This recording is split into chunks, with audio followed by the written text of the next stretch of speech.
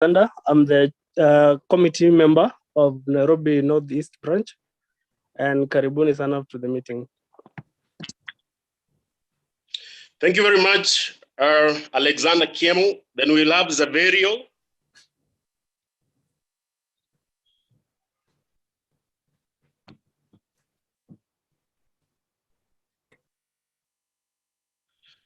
Zaverio.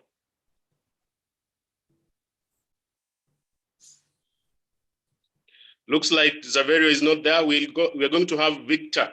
Victor, you can come online.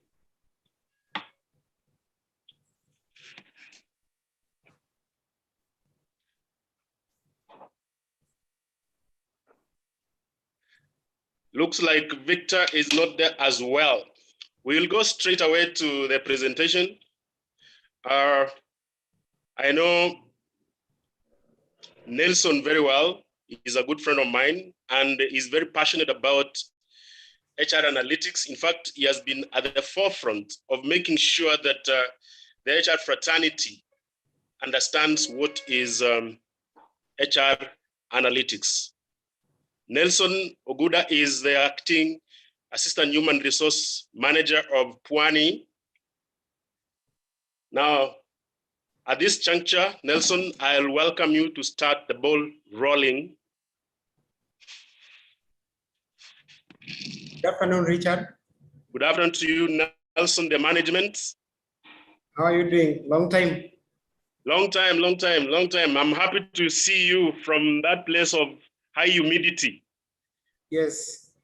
Actually, I'm very happy to be at the holiday destination region. And I want to say good afternoon to all participants who are in the attendees that we have. So as you've been told, I'm Nelson Owino, a HR practitioner. So if you go to IHRM today, you'll find me, I'm a fully registered member, number 10,061.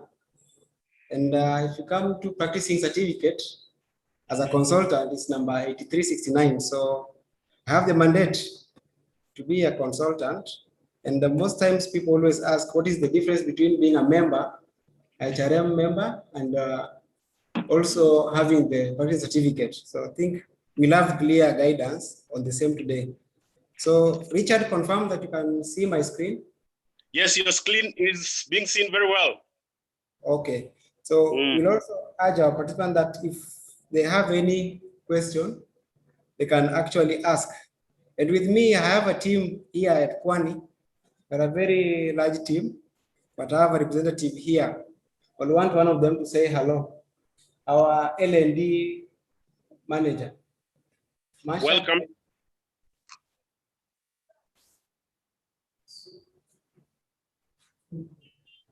We can't hear. Noise. Hi, Richard, how are you? Very fine, thank you. How are you doing? Fine, thank you. And hi, everyone who has joined. My name is Anthony Masha. I'm the Assistant Manager, Learning and Development in Pwani Products Limited. And Nelson here is my colleague. All of you are highly welcome. And I would send this back to Nelson. Okay, thank you, Masha, and thank you everyone for letting us introduce ourselves. So we will go straight to HR analytics. So today we say that let us look into it a different perspective in terms of linking the gap that we have. So the gap here can either exist in terms of the management buy-in or in terms of knowledge that you have as human resource, such that whatever we do in terms of analytics, is it acceptable? And are we doing it right? So welcome for the presentation today. And we are kicking off now. So for those who have questions, you can write them at the chat box. Okay, thank you, Richard. So welcome, Bwana Tunui. I can see Grace as well. We are around 100. I can't say all the names. Okay, so Richard, allow me to proceed now. So let me just check on my screen sharing. I'm told it's not okay. It's supposed to be. Yeah, you can enlarge. Can enlarge it, right? Yeah, enlarge it so that it is broad. Some of us are blind. Yeah, but that is too much a little bit. Yeah, no, enlarge a bit. Yeah, that is, I think that is ideal. That's ideal, okay. Yeah.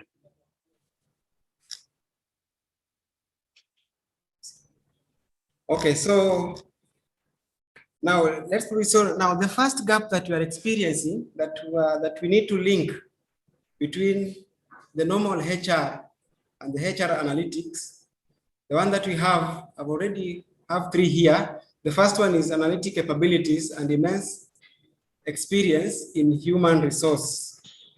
So before you even do analytics, do you understand the profession that you are in? Yeah. So if you don't understand HR, then it will be difficult for you to say that you're doing analytics in HR. Yeah. Number two is communicating value of HR analytics among organizational members.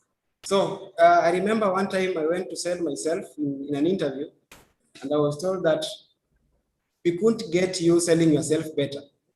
So that one is one of the example of whatever we also see when we try to sell the analytics agenda amongst the organizational members, that is the board and committee members and even senior management. So they might not buy in, not because they don't see the value, but because we are not able to sell it, we're not able to communicate better and have it understood. Then adequate investment on HR analytics. This analytics thing is not just what we'll say as our normal day-to-day duties or administrative that we always do. It takes a lot of investment in terms of time, and also when it comes to cost, you need to invest much in this. So if you're not ready to invest, then nothing will happen. We'll never close in the gap. So another gap that we also need to link is the standard methodologies of analyzing data. So in HR, if today you ask someone about how do we do our metrics, how do we do what we call cost of employee,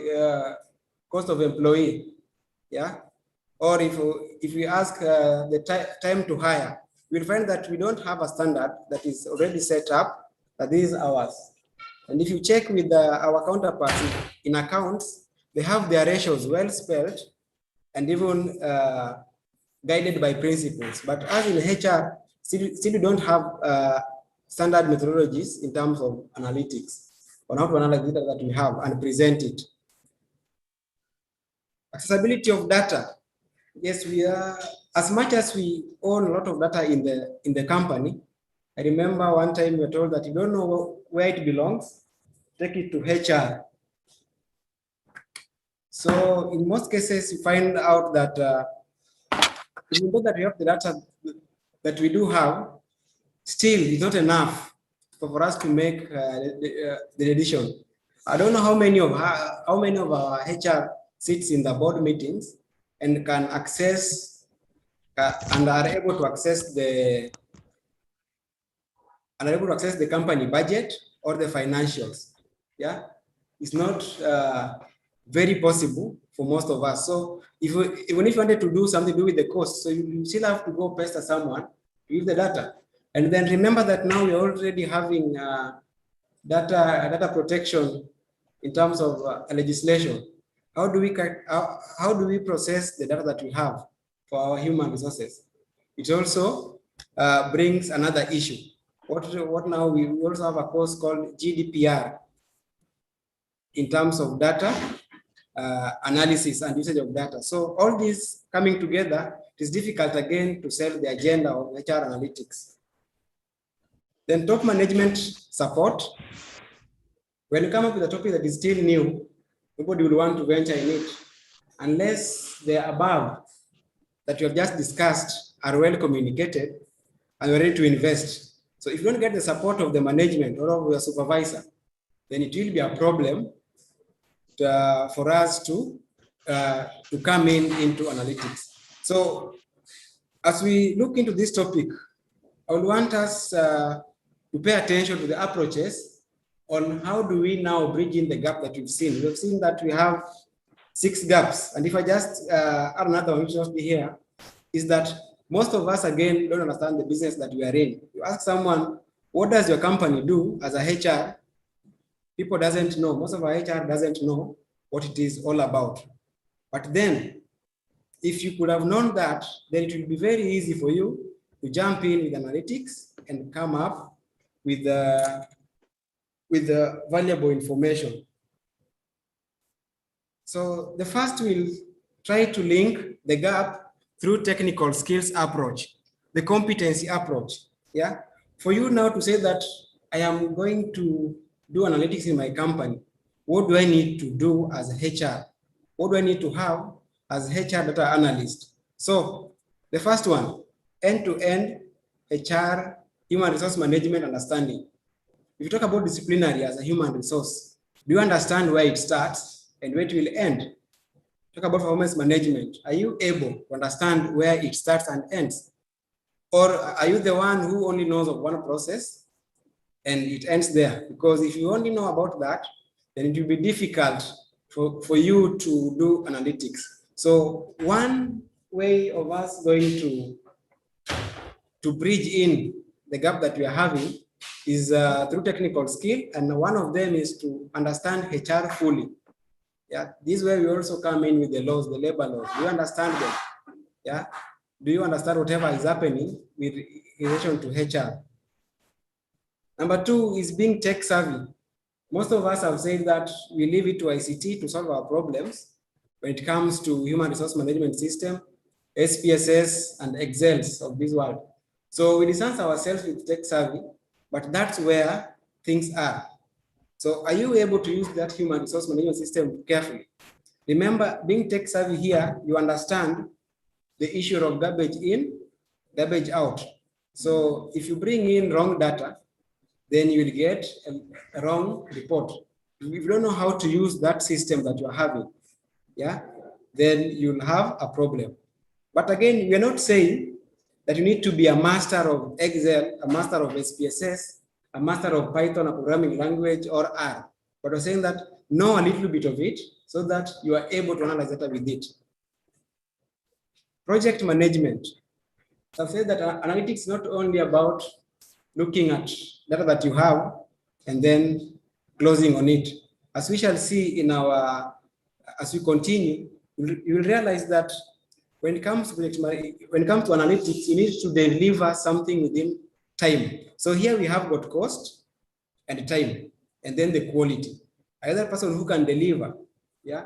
You are told to do customer or employee survey as an example. Are you able to do it within the given time? Ensure that all questionnaires are filled in. Are you able to deliver within the cost? Yeah. Are you able to have it analyzed very well? That is the quality of it. So if you are, then I think we are now linking the gaps. Another one is basic arithmetic and logical reasoning, the statistics. We shall see that as we move forward. But then, do you understand the mean, the median, the mode? Yes, yeah. So there's a lot of variations. So if you understand this, then you're saying that you are good enough to do analytics, but still not very good, yeah?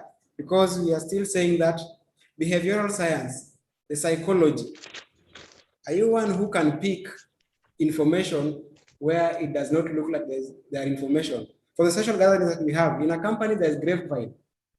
Are you paying attention to that grapevine where you are? Because if an employee says that I'm not happy with this company, my friend, be sure that that one is one of those factors that we're looking at when talk about employee turnover. Even the word that people speak, yeah? How are people behaving, yeah? So are you able to understand such that emotional, you can also relate employee emotions with the decision that you're going to make under disciplinary or in terms of performance. So if you understand that, then technically we say that you are now fit for analytics. We have bridged the gap within the 5 areas in terms of technical approach. So HR metrics approach.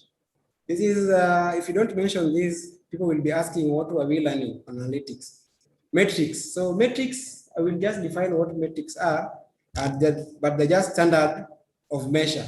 Yeah, just a value that you use to measure. So based on commonly known metrics believed to relate to HR processes. So I will ask us to say a few metrics that you already know that we always use in our company. Yeah, I know we do time to hire. We can type them and Richard can read for us. E.g., can we mention the ones that we know? Richard, it's on you. Yeah, turnover. Yes. Read for Next, us. next. We have only been given turnover. We have been given revenue per employee, employee satisfaction, attrition, cost of employment, time to hire, leave liability, performance, training, performance, leave liability, attrition, employee satisfaction, revenue per employee, absenteeism, and then turnover. Those are around 10, I guess. Yes. Yeah, okay, thank you. Yeah, that's an amazing. At least you're coming from a place where we know. So I just had a few here. For us, exits per month, headcount per quarter, training hours, cost per employee, plus more, which you have mentioned, right? So one thing is that we just have to be sure that we know these metrics, either going to use them or not. But it's good that we have the metrics with us. But there's a problem. If we choose blindly from a predefined metrics, which we have just mentioned, yeah, for analysis and presentation, they're not just sufficient, yeah? And at some point, they might be relatable to whatever you're trying to analyze or the report you're going to give, or you'll be having bias. You only give whatever you know, yeah? So that if people go for a meeting, you only give them headcount per quarter, yet they don't need that one at that particular time. But because you didn't know how to do revenue by employee, you have that data, then you'll be shying away from giving it out. So another way for us to link the HR analytics gap is through understanding the metrics and knowing what they are and how they are calculated. So again, these are areas that we also need to dive into and understand fully. What metrics do we have? And as I said before, because we still don't have a standard measure of metrics in HR, if you read 2 books today, you might find it's different when it comes to calculations that involve division and multiplication. Like one that I just mentioned, time to hire. When does it start? Does it start when employee has left the company? Or will time to hire start when you have authorized the vacancy? Or will it start once the advert is out and people are applying? Or will it start from the interview stage? So you will find that people are giving different views. But then the best thing is that once you understand the concept, and then you bring it about to your company level, where you are sure that the management team will get to understand, then things will work out for us. So up to there, Richard, I don't know whether the questions that have come relating to whatever we discussed. I will just... Not yet. We do not have a question yet. Okay. So another way that we're going to link the gap that we mentioned up there is that we are going to do it using the levels of analytics, the informational approach. Where are we in terms of the level of analytics? So it's either we're in the past or present or in the future when it comes to analytics. Yeah. So in this level here, we're talking about information. Are we having employees who exited last year? We want to discuss about them. Are we discussing about the headcount as per today? Or are we talking about the future headcount up to close of the year? Are we talking about, things that we talk about is that they'll come up to, the information that we have will be grouped as either in the past, present, or future. So in terms of levels of analytics, we have one called descriptive analytics. This is where we have got the mean, the median, mode, standard deviation. And at this point, we answer what and why as at that time. So you can see that it is either between the present and the past. Yeah, we want to see how many employees have left the company. So do we have that today? What is our training cost as at to date, from year to date? Yeah, what was our previous training cost? What was the performance score for the company or for individual ABC? So at that point, we were talking about descriptive. We're just describing what already happened, but in terms of numbers. In most cases, we only do mean because we're working with a lot of employees. So at this stage, again, if you start asking yourself why, then diagnostic analytics will come in, where you want to see, we are being told that the disciplinary cases have increased, or the grievance cases has increased from 5 last year to now 10 between January and April. So we want to understand why are we having increased grievance cases. So we'll go back and dig deep and see each case, where did it come from? What is the origin of this case? And who are these who are complaining? And they're complaining about who or about what? And how was it solved? Such that we're now doing diagnostics, analytics. We want to see how many reasons came up, yeah, on this issue of grievances. How many were towards one person, yeah, or two people? So that's what we do under descriptive analytics. So whatever is there now, and then why we're trying to get deeper and understand the reasons behind low sales in region B and high sales in region Z. So we're doing descriptive, but also doing diagnostics in between. Then we'll move to number 2, sorry for about that.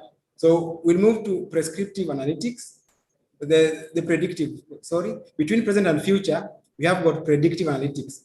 So here is where we come in with regression, correlation, the T and Z sample tests, yeah? So at this point, we're trying just to see the trend, the relationship, and the impact. So we have an example here that we'll see when do we use predictive analytics and how does it come about. This is where we have the regression y is equals to x, ax plus c, yeah, which is always common. And the correlation, the strongest and the weakest, yeah. So predictive, so here we are trying to just predict what will happen. We're asking ourselves, what if? So what ifs, all of the what ifs come here because we have the trend, relationship, and impact. And if I may give a short an example, is that if today, I don't know whether we have pens there, today, the month of January, we had 6 grievances. Yeah. In February, we have 7. In March, we are having 6. How many cases do you think we're going to have when it comes to April? Someone is saying 5. Anyone online? January, we had 6. February, 7. And then now March, there were 6 again. So what do you think will be the number in April?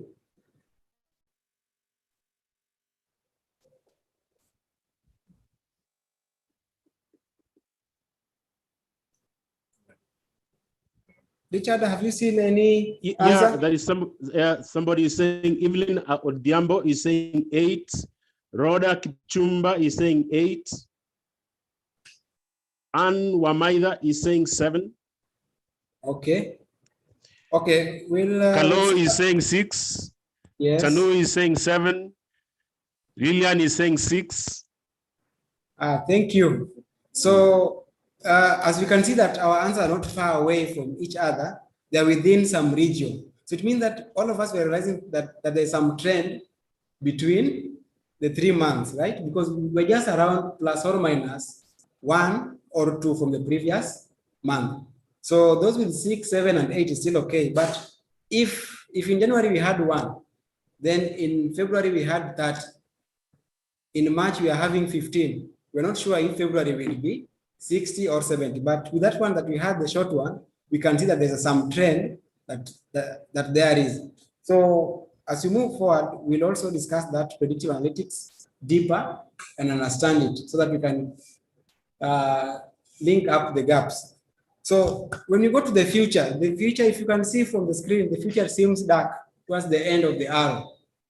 Is where we don't know what's going to happen there and what can we do about the future. We can only prescribe, yeah? Because by prescribing, we don't know whether you will take the action that you're going to tell you or not.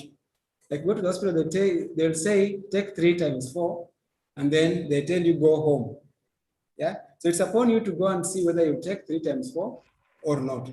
But the doctor has said that, the doctor is very sure that if you take 3 times 4, for the next 5 days, you'll get well.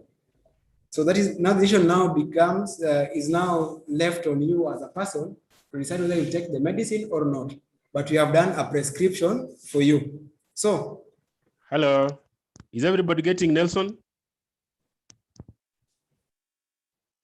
Nelson has just been kicked out, I think. I think I'm still in. Oh, okay. You disappeared from my end. Okay, okay. Okay. So we are saying that in prescriptive analytics, I'm trying to give an analogy of the doctor who gives you 1 times 3 and tells you, take it for the next 4 days, and then you're left to go home. So the same thing that we also do as HR analysts. We analyze the data, tell you, this is whatever you need to do. Yeah? Choose this option, not this one. And then we let you decide whether you take it or not. So under prescriptive, we are giving options of what course of action can you take. Yeah. And in this, things have advanced, and you have got artificial intelligence, which is the mother of it all, machine learning and Internet of Things.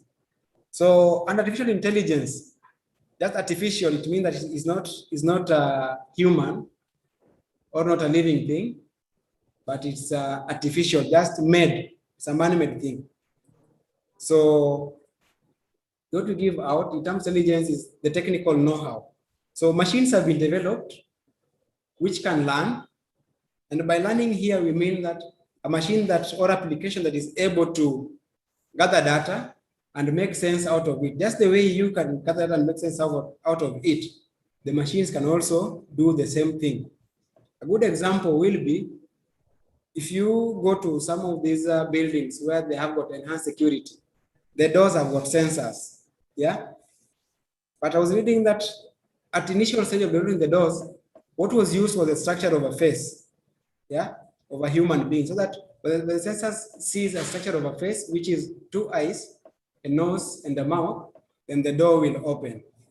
But as the machine advanced, the machine realized that apart from just having 2 eyes, nose, and mouth, there's also thermal, the temperature bit that human body produces, that is 35, 37.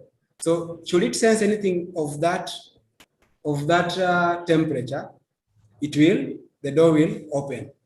So all these ones show that the machines are learning, and so human beings need to learn. So we're saying that if you have those kind of machines, you can also use them to prescribe the future. Yeah. So, and we have also got IoT, Internet of Things, the OneDrive that you're having, the Google Forms that you have, Google Drive, where you can keep your Google Drive in one computer and see them in another computer or in your phone. Yeah. You can have your Facebook on the other end, but then when you go to Google platform, they ask you, do you want to log in with your Facebook account? So they have been interlinked. So even gathering data has been easier because of artificial intelligence. So as human resource personnel who want to do analytics, then you have to understand the levels of analytics and informational approach so that we can bridge in the gap that there is. So we are going to the next approach, which is the last one. I call it HR business goals, yeah, or contemporary approach. This one here makes HR people to understand the business that they are in. You understand the service that you provide or the goods that you provide, yeah. what is your company selling? Yeah, are you importing things from China, from Australia, or are you in manpower? You outsource human resources to other companies. Are you selling milk to clients, and who are your clients? So at this stage, you're saying that HR, you also have to understand the business.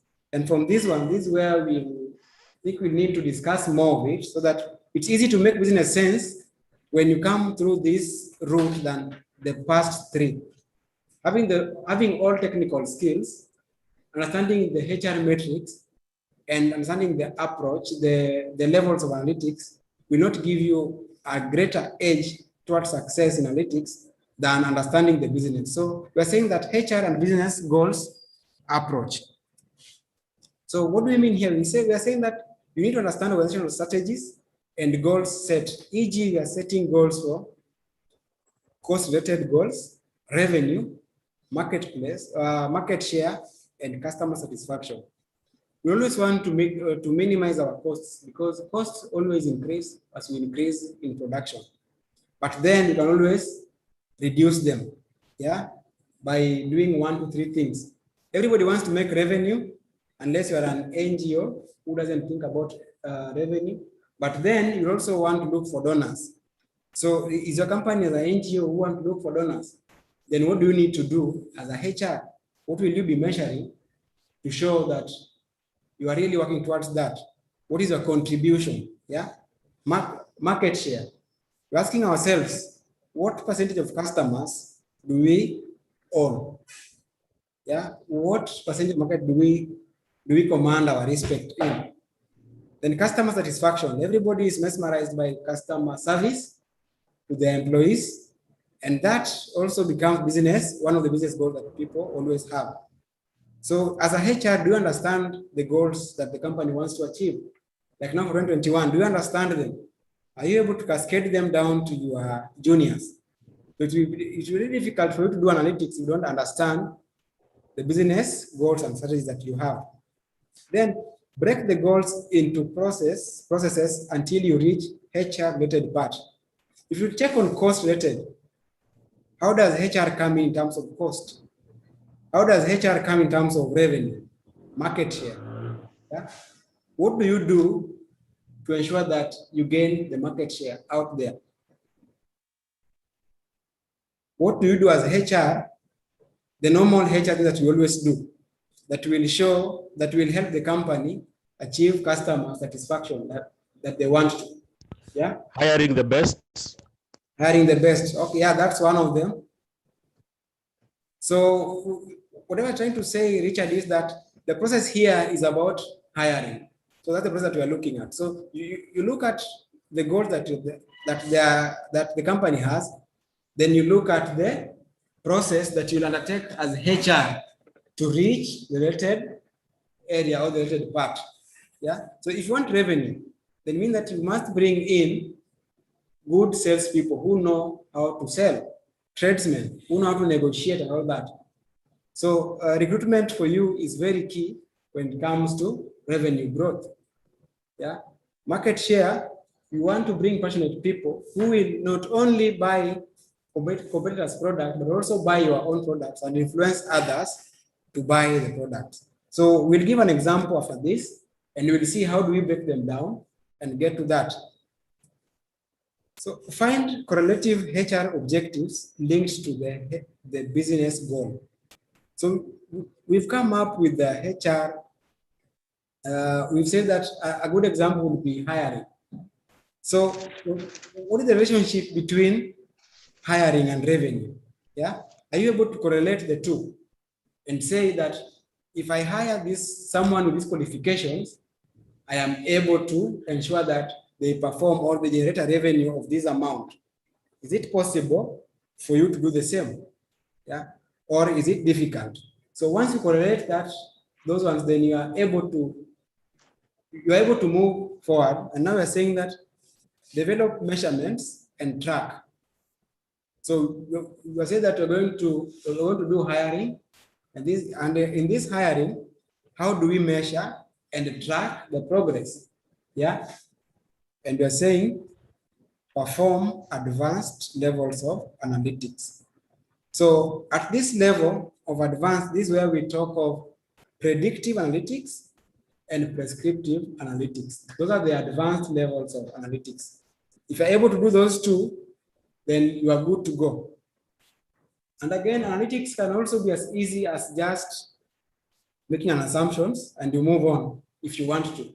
But then a little bit of mathematics, arithmetics will help us understand it better. So now that we've checked on the 4 approaches, I would ask that Richard, you'll get from the chat. I just want to ask our team to, not our team here, but the ones online, to list for us the 4 approaches that we have given that will help us clear on the gap.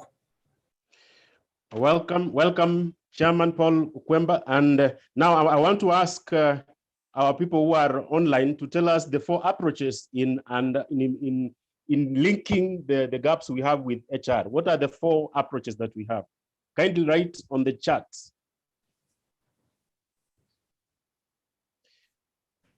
Noreen has written metrics. Noreen Mumo, metrics. Next. Technical by Evelyn Odhiambo.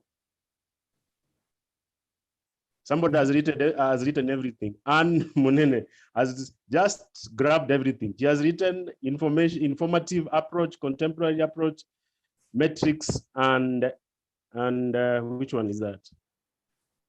Penina has written business goals. Then we have Robert, who has written technical skills approach. Paris Minor has written informational. Stella Musioka has written contemporary approach.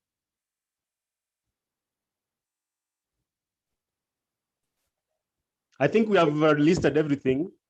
Nelson. Yes. Okay. So now I have a case study here. Under this case study that I'm having here, we're going to combine all 4 approaches that you just mentioned. And these 4 approaches, we are going to come up with analytics and do it and see, so that when we leave this place today, we are able to say that we can start something off. But there's so many ways that you can start your analytics at your place, but we'll discuss that one once we're done. So I've come up with the business objective. So I say that the best way that you can sell the idea of analytics to the team that you're having around is answering the business objectives. So I have a company here that says they want to increase customer satisfaction by 10%. So maybe they were at 70. Now the one that the customers should, by the end of the year, our position that this one is for the end of the year, they should have their reading on customer satisfaction at 80%. So the first question that needs to come to your mind, as HR, is what drives customer satisfaction? Don't even think of what is your role, but what drives customer satisfaction? Can we get answers before I give my answer? Can we have people writing on the chat what drives customer satisfaction? Quality products by Brian, customer experience by Noreen Mumo, your timely service, they are very fast. Value for money, customer service, efficient services, great customer experience by Anne Munene, good customer service by Doreen Kiboitu, complaints reduction, time for service. I think we have exhausted quite a number. Helen Indonga, I can see you. Martha, those are many for your consumption. Yes, Nelson. yes, thank you. So I like the participation of the team, and I think I'm moving in the right direction. So which are very correct. And now I only had one answer here, value of service and or the product. It depends with whatever your company is doing, whether you're offering services only or you offer product plus a service. Yeah. So customer satisfaction is driven by value, and this value is value of service and product. This is where I'll spend 10,000 and say it was worth it. I'll spend 5 shillings and say it was worth my 5 shillings because of the service or the product. Yeah.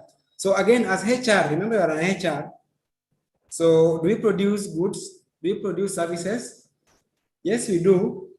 But now the company wants to look at customer satisfaction for the external people. So another question comes in. Who provides the value to the customer? Who provides this value?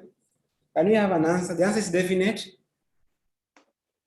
Who provides value to customer satisfaction? We can have them in the chat. Somebody, Winnie, has written customer engagement, employee engagement. The organization by Evelyn Odhiambo. Employees by Nicholas Kanisa. Employees, Paris. Yeah, staff, employees. Yes, Yeah. It's the employees who deliver, who provides this, this value. So my answer was a bit longer. I said loyal, satisfied, and productive employees. Yeah. So you can see that, remember, we were saying that under technical skills, we wanted someone who is able to bring in logical reasoning. And logical reasoning here, we're just talking about asking ourselves questions that are logical, that are relevant to the case that we are having. And that's whatever we are doing here. So you can see that already we are combining business goals, the HR that we know, yeah. And again, now we are coming in and bringing the logical bit of it. And we've even gotten deeper into employees in terms of the emotional, how they behave, that their behavior in providing good customer service will be only if they are loyal and satisfied, and at the same time also productive. So under behavior, under psychology, we've gotten into employees' mindset and come up with answers to our question. Another question comes in is, what is the role of HR in the above? So we'll be linking the question with the last answer, just the previous answer. So we've said about loyal, satisfied, and productive employees. What does HR do? What is the role of HR in ensuring that you have loyal, satisfied, and productive employees? What's the role of HR? We can have deposits on the chat. Effective employee engagement by Noreen. That's very good. Motivated employees by Paris Minor. We have motivation by Winnie Ochieng. Empower the staff. Effective remuneration. Employees motivation, reward and recognition. Employee engagement. Rewards and recognition. I think we can move on. Those are quite a number. Yes. So all those are good answers. A little bit not far from whatever I have here, which is not gospel truth. I'm saying that HR ensure that we want to ensure that there is availability of employees to provide consistent service or product. So the major role of HR in a company is to hire these people to come in, because we want people to serve our customers. We are assuming that we already have customers. When we're setting the goal, we're assuming that we have got customers. So we've described the employees that we want: loyal, satisfied, and productive employees. So who will bring them in is the HR that brings them in. So the availability of these employees, it is us. Whatever you've given out is still correct, and we will use them. They won't go in vain. They are good answers. So another question that we are having is, the answers also come. What are the metrics that you're having here? So we are saying that, remember, we talked about a loyal employee. A loyal employee is an employee who is satisfied. So we are saying that the metrics here that are going to measure is the employee satisfaction index and turnover rate. So remember, we've said that this employee has to be loyal, satisfied, and productive. That's one. Number two, they're saying that their availability. So we're saying that if they're going to be available, then there is one thing that will always happen in a company, even you will one day do it, which is leaving the company. Either, I hope we know all modes of exits in a company, and we know how to treat all of them, from dismissal to resignation to termination with notice, death, and on medical grounds. We're saying that one out of this will always happen to every employee, and then they will one day leave. So what happens, the worst thing that will ever happen is that a customer comes in today, served by person B, then person C comes in, which is Nelson, and offers a pathetic service. Yeah. So that gap that is there, we need to bridge it by ensuring that our turnover rate is looked into. So our metric that will be key for us, yeah, that we can look into and talk about the company goal of increasing customer satisfaction by 10% is that we're going to look into employee satisfaction itself, and then the turnover rate, the nature of life. If you give, then the employee will give the same to the customers. Yeah. I know Jelly you are well read and you can remember who said treat your employees well to treat your customers. You can put it better.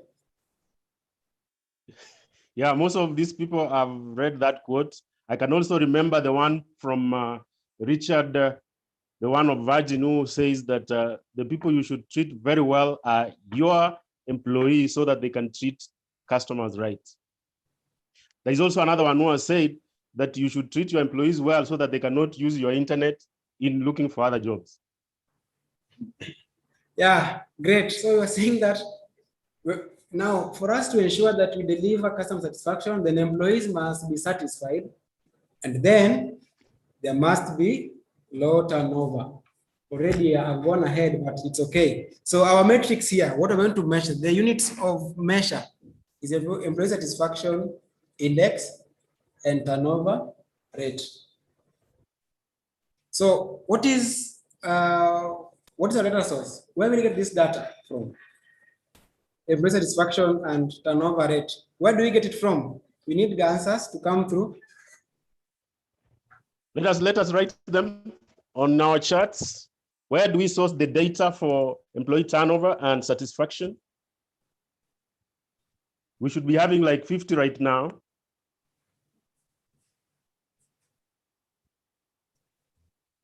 Exit interviews by Judy. From exit surveys, Cynthia conducting exit Gishuru, Zip exit satisfaction, employees terminated from Liz Amolo, performance management, exit interviews, suggestion box by Daisy Cheruiyot, turnover from master roles by Noreen Mumo, exit interviews, employee satisfaction survey, Zipporah, employee engagement, exit. Well, we can proceed, Nelson. I think probably you can pick some from there. The answers are all there. We're saying that we pick them from surveys, which you mentioned various forms of surveys that are there, that are done. Benchmark data. Maybe your company has just started, so you've never had any employees that you can ask questions. You also have got your human resource management information system. If you have it, then you can see how many employees left the company in the previous year or employees who are leaving. So for data source here, you already have it. I will not ask how will you gather the data? How will you gather it? There are companies who can do the data gathering, data collection for you. But remember that we said that you need to be tech savvy. As someone who do HR analytics, do you know how to use the Google Forms? Yeah. Do you know how to use Microsoft Forms?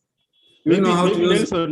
Nelson, we can have a response to if people know how to use Google Forms, because that is part of this exercise of knowing what is HR analytics. How many of us can generate those monkey surveys and whatnot? Maybe we can have some response, yes, no, yes, no. Yes, Noreen, yes. Lillian, yes. Nzula, yes. Phoebe, yes. Cynthia, we can go. You're dealing with highly qualified HR analytics specialists. Yes, yeah, true. That's a good one. So now Now that we've gotten the data, our next question, who can preempt our next question? Who can preempt? Because I can now see that we are flowing very well. Someone can preempt the next question. Yes, yes. How can we data analysis from Winnie Ochieng? She's laughing. Data analysis, Phoebe analysis, Akoya, how Yes. to analyze data. Yeah, that's You okay. can proceed, Nelson. Yes. So the question would be, what is the current employee satisfaction index and turnover rate within our company? Remember, we want to offer, what is our objective again? Remember, the objective is to increase customer satisfaction by 10% in 2021. So at this stage, we are saying that we have left alone the customer, but now we're dealing with the employee.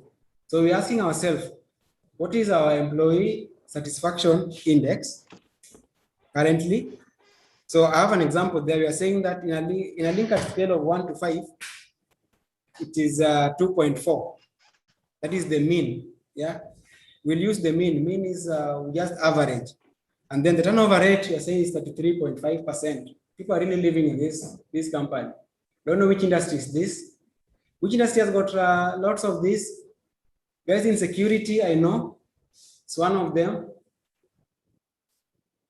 Hotels also have this kind of behavior where people just live, and other areas that have not been in. But the turnover here is very high, 33.5%. Managers. Yeah. So someone talked about data analysis.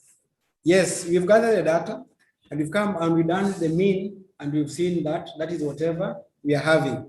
And at this stage, we are coming now to whatever we're calling descriptive analytics. So remember, we're just combining the approach that we had.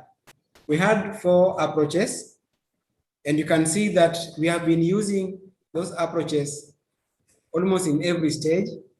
And now we are at the informational of the level. So at this stage, you're just doing the descriptive, it's saying that our satisfaction index as at now is 2.4. Yeah. And then the turnover rate is 33.5. So remember, we said that turnover will always happen. It can be 0 today, but tomorrow people are leaving that company through the exit mode that we discussed. Yeah. So another question that comes in is that, is there a relationship between the 2 variables? We just talked about customer satisfaction, employee satisfaction and turnover rate. Do we have an answer, yes or no? From the team, do you think there is a relationship between the 2, the turnover and employee? Phoebe has said yes. Paul Tanuya said yes. Caroline has said yes. Evelyn Odhiambo, definitely.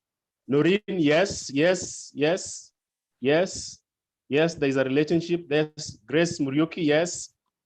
Damaris has said absolutely. Jane Yes. Gishuru has said yes. Don't know unless tested, that is Brian. Iko, Jared Odindo, my friend. Anne Bahati has said yes. Most satisfied, less turnover, that is Ivy Karaoke. Yes, Nelson, we can move ahead because we can see we have very many answers to your question. Thank you, but Richard, I don't know what they used to say that there is yes or no. What did they use? What justification for the yes and no and the absolutely? Justification for yes? Damaris, why do you say absolutely? You can unmute yourself. Maybe admin can unmute. Just want one person to give us why they're saying yes. Damaris. Brian, you've said don't know unless tested. Why have you said so? My friend Jared Odindo, Iko, tuhakikishie kwa nini umesema ndio?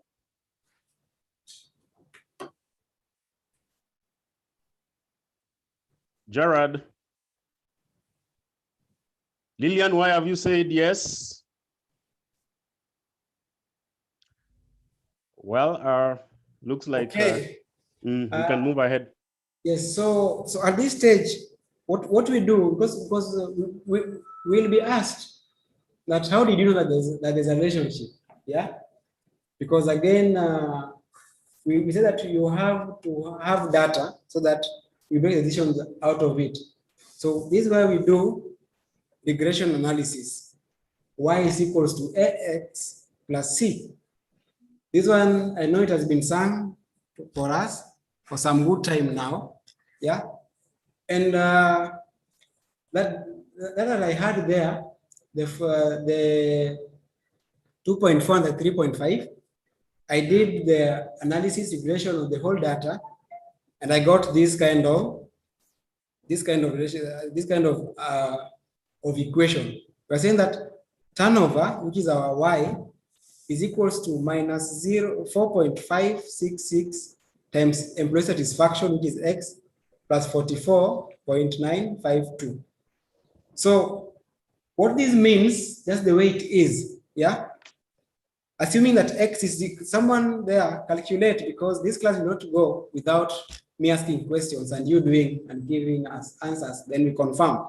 We're saying Y is equals to minus 4.566 times X, which X here, if you have X to be 0 plus 44, what do we get? What is our Y? Somebody with high team, standards in mathematics.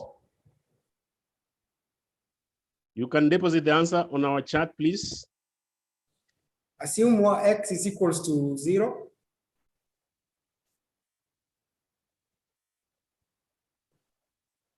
Joan has said 0. Joan Muturi has said 0. I have no capacity to verify. Somebody, Brian has said 44.952. Okoth Odur has said 44.95. Roberto Omondi, 44.952. The answer seems to be consistent of Yes. 44.952. We can proceed. Yes, that's the answer. Y equals 40. Yes. So what we are saying here is that employee turnover, which is Y, is equals to minus 4.566 times 0, which is 0 plus 44. So even if you didn't have employee satisfaction, people would still leave. Yeah. But 44.9%. It means the remaining is something percent is for also other factors that will lead to employee stay. It's not only satisfaction that will make them leave, because if X here was 0, then we had the plus 44 becoming 100, and we would say that it's only satisfaction that determines whether someone stays or not. So up to this stage, we are saying that employee satisfaction, if it is 0, yeah, and there's no satisfaction of all employees in your company. Not all of them will always leave. 44.9 will still remain within the company, maybe because of other factors, which we all know. Yeah. So, but then let's focus on our area here, which is employee satisfaction. So I want to explain this one in form of a graph. Is well drawn here, and XY. X is the horizontal, Y is the vertical. Then turnover, employee satisfaction. And this is how the line will look like. Yeah. And minus 4.566 is the gradient, the slope of that graph. The gradient, the slope of the graph. We were saying that if we change employee satisfaction, how will turnover change? And then 44 is constant. We are saying that even if we didn't have employee satisfaction, only up to 45% will leave. The remaining 55 will still stay. So 44 is our constant here in this case. Yeah. So the equation is said to be Y is equals to minus 4.566x plus 44.952. So this one means this. Nelson, Yes. there's a question that has been asked by Martin. Yes. Martin is asking, where do we get negative 4.56 from? And the other factor is 44.952. 44. Where do we get the negative 4.566 from?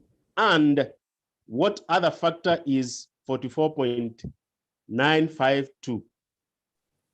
Okay.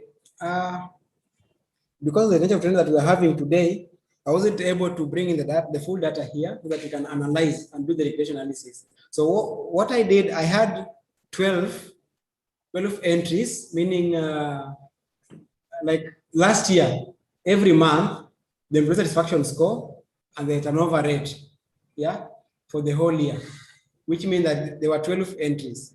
So if I have X, which is employee satisfaction for the whole of the year, and Y, then what I did, yeah, I performed regression analysis. So if you do that analysis, even in Excel, we'll train, maybe if you get some time, then we train regression analysis, and then we get that negative 4.566. I cannot demonstrate it here now because of again time and all that. But then we can still have another class and do that so that you can see where minus 4.56 is coming from and 44.952 is coming from. So I don't know how correct it is. Yes. Okoth Oduor is saying it is a sort of inverse proportionality. I don't know how. Sort of, what exactly? Okay, if I had full data here, then you could perform that and see. But if we regress turnover on employee satisfaction, remember regression analysis shows about how will one variable change when the other variable is also changing. Like we are having independent and dependent variable. So independent here is turnover, every turnover. We just say that leo ama kesho, someone will have to go. So it is constant that will one day leave the company that you are in. So that one is constant. You cannot change it. Turnover is there. But employee satisfaction, today you might be high, tomorrow low. And it changes with time. So it is an dependent variable depending on other factors also. So here we are saying that if we regress the two, we'll get an equation of y is equals to 4.566x plus 44.952. You only get it from regression, which I did before earlier for the presentation here. So I believe we'll share the same sample data. You can just attach your email, then I'll be able to send the data and we can do another one so you can understand. But for now, just understand the meaning of minus 4.566 and 44 here that we have, so that it helps us in understanding the concept. Yeah. So I hope it's well understood. So we are saying that yes, we can move, Nelson. Yes, a unit increase or decrease, yeah, in employee satisfaction. So we are saying, so I chose one that a unit increase in employee satisfaction leads to minus 4.566 reduction in employee turnover. We are saying that if we increase satisfaction by 1, then the turnover will reduce by negative 4.566. Our example, the first one we said that turnover the employee satisfaction was 0. Can we now substitute that 0 with 1 and say minus 4.566 times 1 plus 44.952? What answer do we get?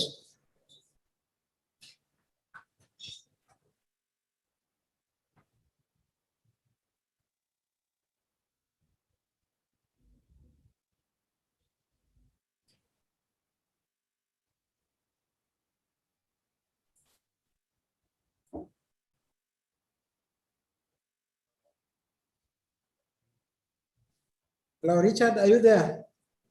Yes, I am. Noreen has said 40.386. Phoebe 40. Phoebe has given Evelyn Odhiambo 40. Victoria 140 looks the answer is consistent of 40.386. So if you compare the first one, which was 44.952, and the 40 we are getting now, is the difference equal to minus 4.566? Come again? If you compare the first one, when employee satisfaction was 0, we had 44.952. Yes. Now it is 1. Victoria said, Yeah, Victoria said yes. Phoebe, okay. yes. Phoebe has said yes. Okay, so our answer is correct. You're saying that now, up to that point now, this is where now we can predict. Yeah, we cannot predict the future and try not to do what we call predictive analytics. Because we have a function, which is y is equals to ax plus c, we can now say that, remember we said that our major aim is to increase the company, increase customer satisfaction by 10%. Satisfaction by 10%. Yes, and then you're saying that for us to increase that one, then we have to do two things here: increase employee satisfaction or reduce it. Either way, whichever we'll come up with as our end goal. Then we will see what to do.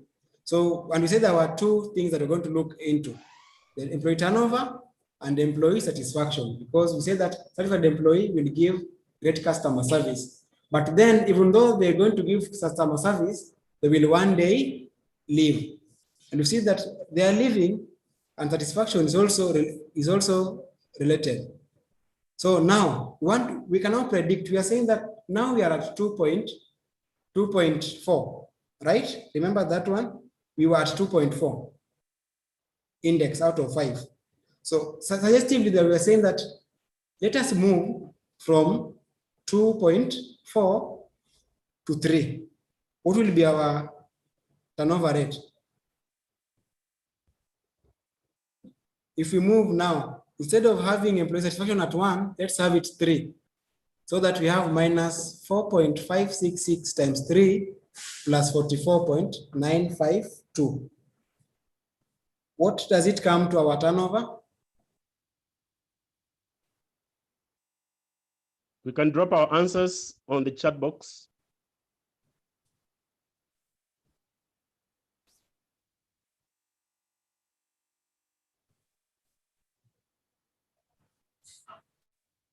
Noreen, I should live in your house. That 1.254, IFE, that 1.254, Roberto, that 1.254, Paul, that 1.254, Wekesa, Catherine, that 1.254. 1.254. Yes. That's the answer. So we are saying that now, as a company, we are saying that if we increase our satisfaction for our employees from 2.4 to 3, turnover will reduce to 31.254. And remember, we said that a customer would like that when he comes in today, he finds person C, tomorrow person C, person C, person C, person C. Such that we believe that if someone changes, the service will not be consistent unless something is done through training and the SOPs and all that. But customer doesn't want to know whether you are doing the SOPs or not. So here measuring, we are saying that we want our customers to come in today and find Jellican as the salesperson or as the group manager. Yeah. So that they get used to him and he delivers customer satisfaction as it's supposed to be. We say that if now Jellican is more satisfied, then he will likely to stay there to provide consistent customer service, and he will even increase the service. So at this point, we are predicting the future and say, if we increase, yeah, we say here, this is why we say that we are using the ifs. If we increase, yeah, to this amount, then we'll come to get this number of turnover, which we believe will help us achieve the 10% increment in customer satisfaction. And again, I've been doing these trainings. My analysis says that whenever we start doing predictive analytics and start doing maths, people always leave. And I've seen that the numbers reduced by around 5 people, which confirms my worries and confirms my analysis. Yeah. So let us move forward and ask ourselves questions. We just ask ourselves, is there a relationship between the two variables? Yes, there is, which means that if we increase satisfaction, turnover reduces. Then, what is the logical question that now we're asking ourselves that now will make business sense? Again, another logical question here is that will organization need to invest more funds on increasing employee satisfaction efforts to reduce turnover? Remember, we've just said that if we increase to 3, yeah, what happens? Turnover reduces. So, are you willing to invest more funds? Yes or no? As a company, are you willing to invest in more funds? Remember, you've given out your explanation now. Up to the last question that we asked ourselves, yeah, we have already given out our suggestions that if we do this, yeah, if we increase from 2.4 to 3, then we're going to reduce the turnover. So it means that we're going to have our employees there providing proper customer service. Yeah. So are we saying that we are ready to invest more funds? This is where again we are saying that another gap that always there is that are we able to communicate our findings very well, that management team gets to buy into it, that they want to invest in it? Yeah, are we able to communicate that idea that we have? So the next question comes in that what could be your human resource department KPIs? Yeah, the KPI that you want to give out. Yeah. So I have an example here of a KPI that you can set for a department. Increase employee satisfaction index by 20%. So 20%, if the other one was 2.24, it was 2.4, and we increased that one by 20%, that is times 1.2, we get to 2.88, almost equal to 1. So we're saying that as a department, you want to increase employee satisfaction from 2.4 to 2.88. It becomes our KPI that we can now start tracking. So you can see that we've come from business goal and ended up setting our satisfaction index for the employee for the year 2021, not by just a mere close of an eye and saying that we're going to do 20%, but we just related to it and see what are factors that plays a role in terms of customer satisfaction. We didn't say that we're going to train our people to produce high customer service, but we've asked ourselves questions. Till now we have said that increase employee satisfaction index by 20%. So another question comes in. There's a question, Nelson, before you move forward. Yes. Felix Kalo is asking, can we conclude that there is always a correlation between turnover and employee satisfaction? Can we conclude? Yeah. Go on.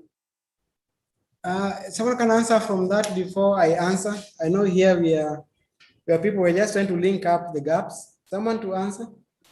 Then Can somebody respond?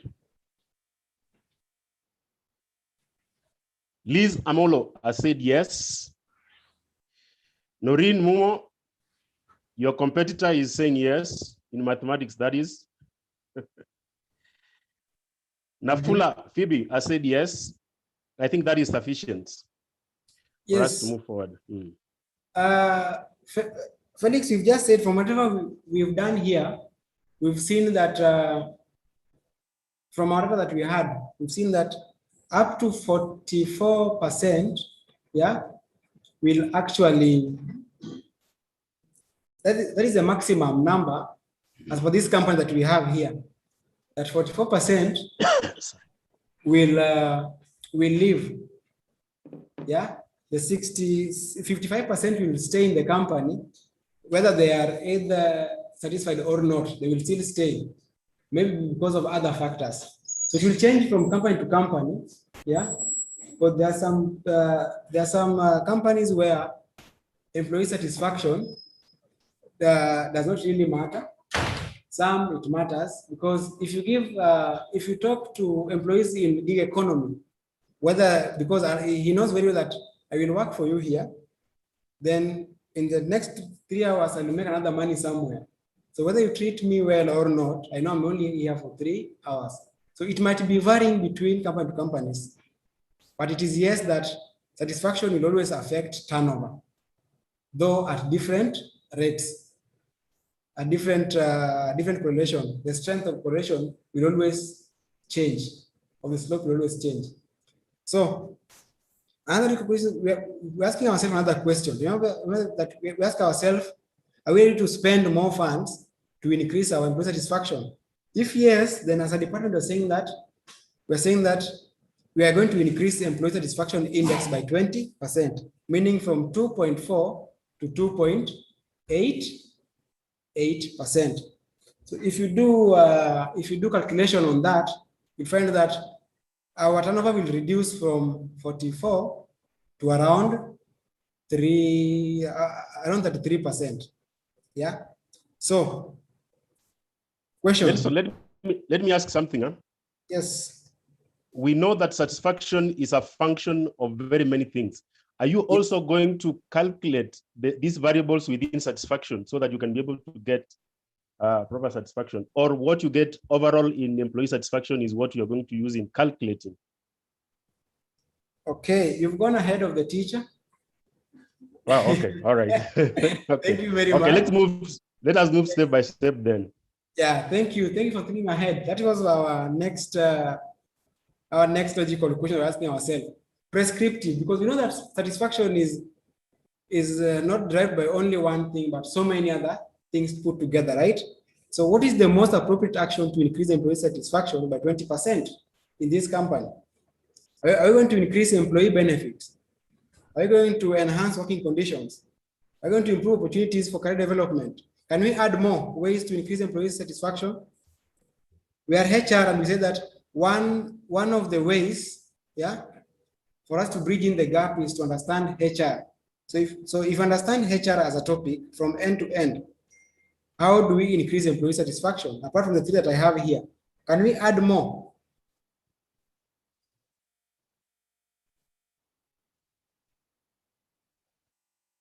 Damaris has said fair reward and recognition, work-life balance from Robert, training from Liz, Lillian, introduction of flex time. Looks like she wants to work less hours.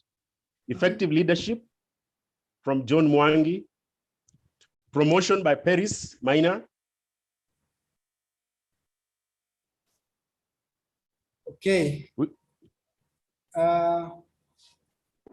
Those are good reasons. They are good ways of increasing employee satisfaction. So now in HR department, you will now ask yourself, what is the most appropriate? And at this stage again, you might also go back and redo regression analysis at this level. Yeah, we are going to another regression analysis to see out of the one that we have. Like here we have increase employee benefits, enhance working conditions, then improve opportunities for career development. We can look into this and come up and say, if you do another regression now to see how will these ones affect employee satisfaction. And we find out that enhancing work conditions will be 80% directly linked to employee satisfaction. Then we will go for enhancing working conditions. Yeah. If you do correlation or regression analysis and find that increase employee benefits brings about a positive change on employee satisfaction, then we will go for it. So this is where you ask yourself, what if I choose this? What is the outcome? Again, you are now trying to predict yeah, with minor factors, which will result, now here we are just saying 2080. There are minor factors, but will give us 80 result when implemented. So another regression analysis will have to happen. We also have to do another correlation to see what comes out. So once we've done that, let's assume that we've taken 2 to do as HR, enhancing working conditions and improve opportunities for career development. Yeah. So these 2, I'm choosing them because of now other factors. Remember that we've done mathematics out of, and I've come up with the 3. Assume that you have 3. And because of the budget issues, because of whatever you know about the company, about your people, the way you know them, maybe they're already paid very well according to the labor market, and you might not increase their pay. So saying that in terms of the benefits, company house allowance, you have given them houses, company transport, you have them. So everything is okay under benefits. So we say that let me enhance working conditions and then improve opportunities for career development. These ones can easily be done with little funding. In some cases, not that I'm saying it's absolutely, but in some few cases. So we will choose the 2, enhance working conditions and improve opportunities for career development. So we are saying that at this point now, we are prescribing what we are going to do. Yeah, we had done our KPIs, increase employee satisfaction. It's like you've been given that for your disease, you're going to take Panadol. But we're saying that go take Panadol 1 times 3. So we are prescribing for us to increase by 20%. Then enhance working conditions and also improve opportunities for career development. So at this stage, what now we need to ask ourselves is what is the cost of the initiatives that we've chosen? Yeah, but we're talking about flexible working. Think about internet provision for the employees who are going to work from home. Do they have laptops? What is the condition they're going to work in their houses, if they're going to work from home, that is? Yeah. Are we going to give them computers? Are we going to give them seats, tables, internet, and all that? If you're going to bring in the flexible working hours, meaning you work less hours, like five days a week instead of 6, the lost man hours, are we sure that our performance management system will be able to cover for that? Yeah. So we look at it that way and see where do we require the money? Yeah. What is the cost of working conditions? Yeah. Nelson, and again, yes. There's somebody who has thrown a curveball to you. That is Brian. Yes. Let me read what he's saying.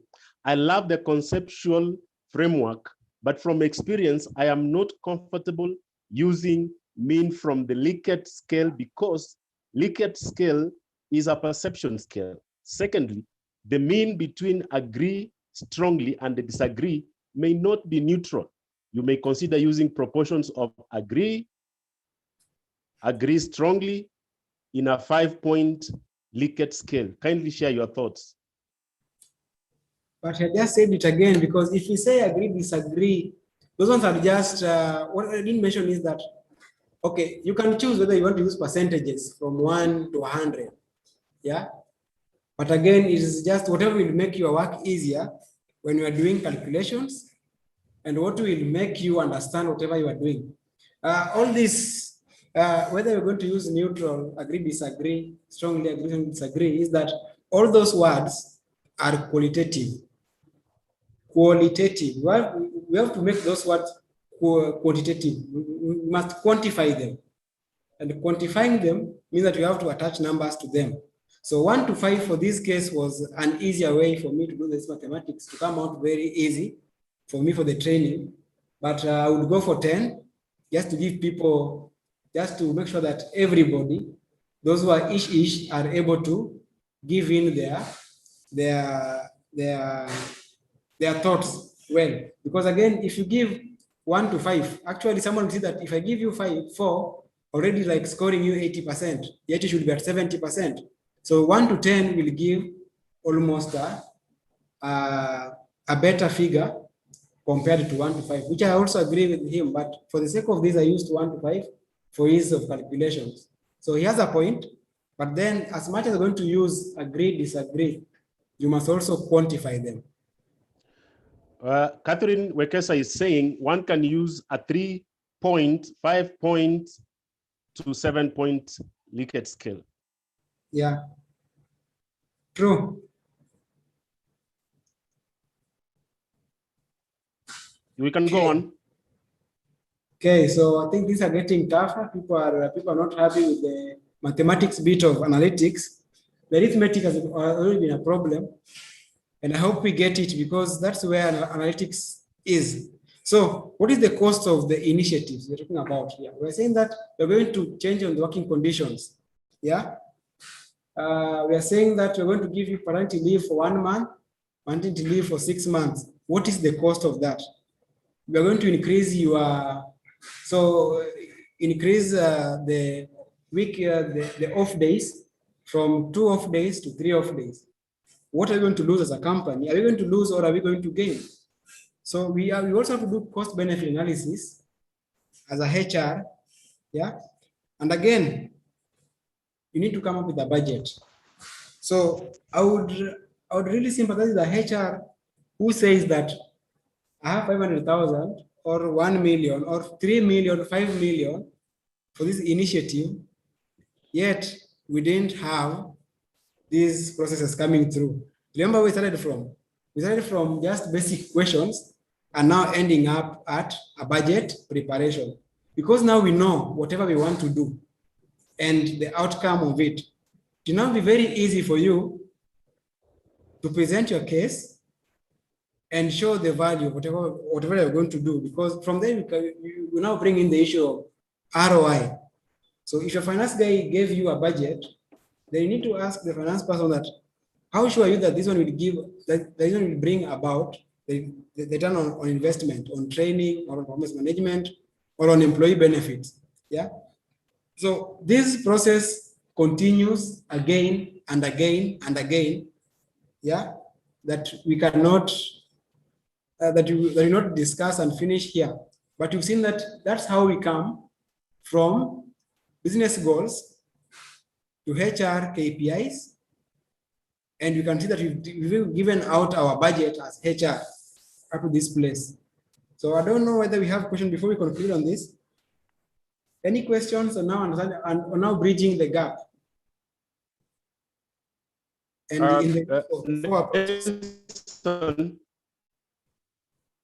Nelson. Yes. Yeah. Since Brian is saying that you didn't get his question, maybe the host can unmute him so that we can be the devil's advocate, because he must be having something in mind. Okay. Yeah. Brian, you are on air.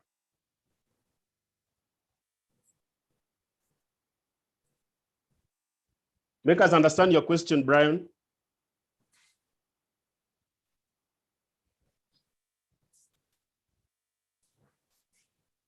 All right. Paul Tanui is saying, always quantify the qualitative aspect. We can move along. Can you hear me? Yes, we can. Yes, we can, Brian, we can.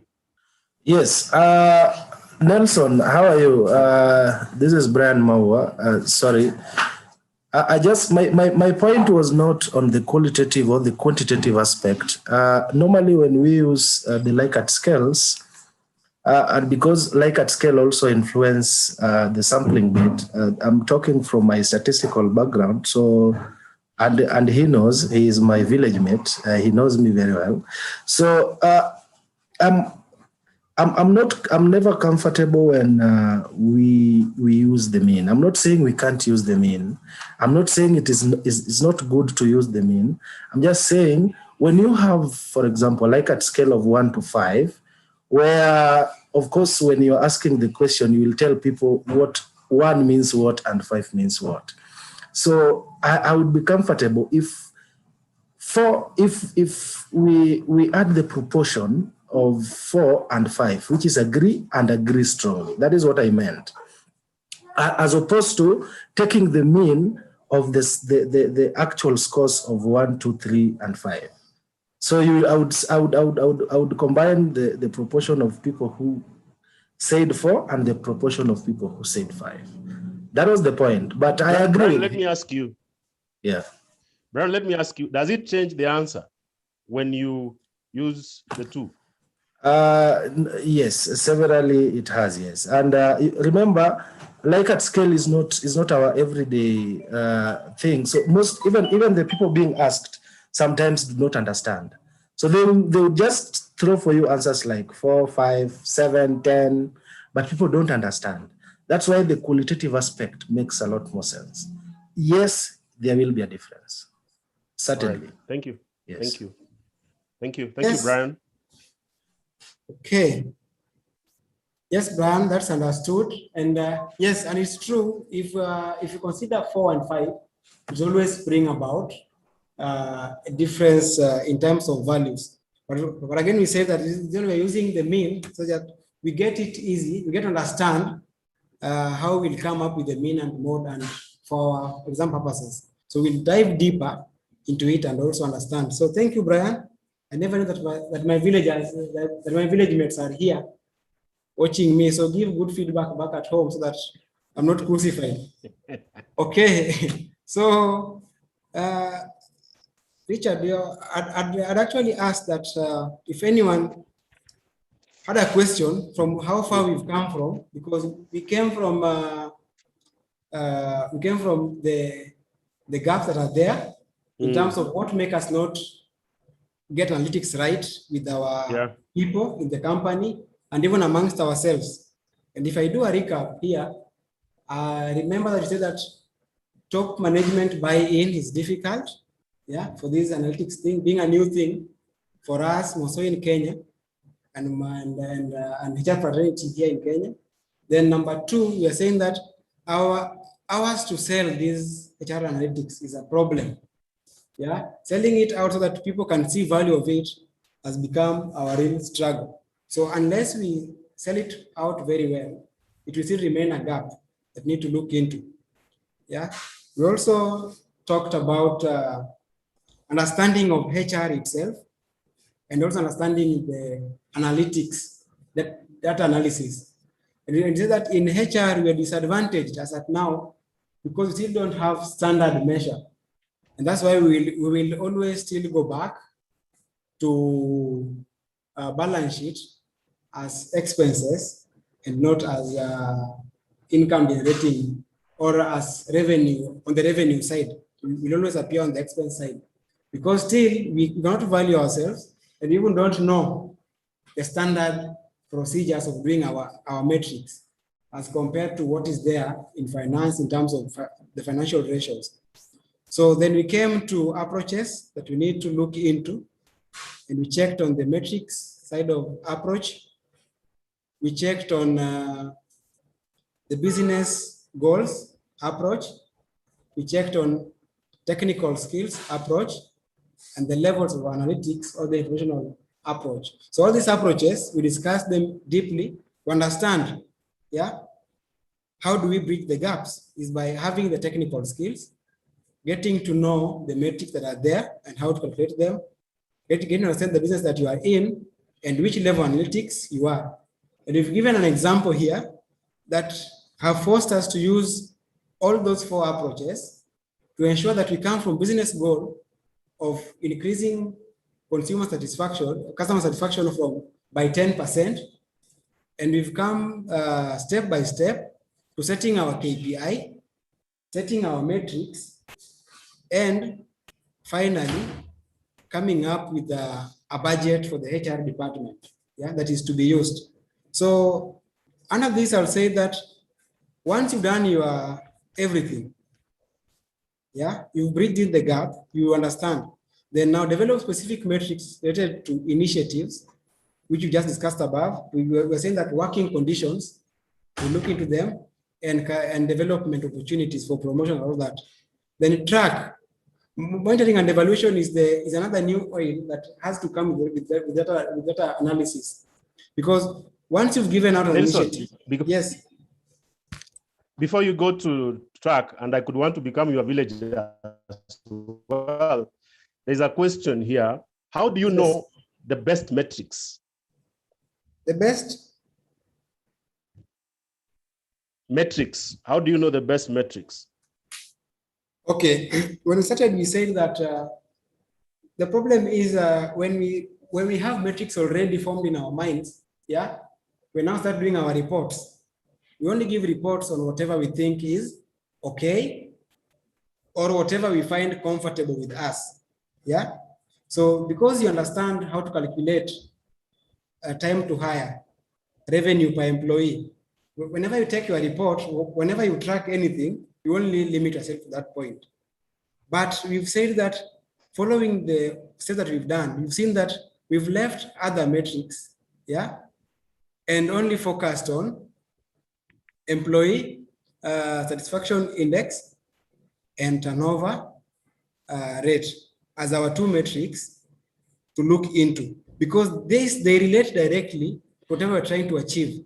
Remember, we said that if we look at turnover, we have it low and we have our satisfaction high, then these two will directly link to our customer satisfaction. So the best metrics to use is what will answer the questions or will answer your KPI that you've set for yourself.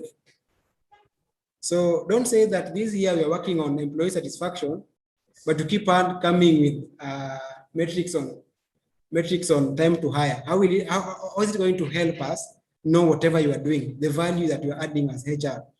You'll be hiding whatever you do.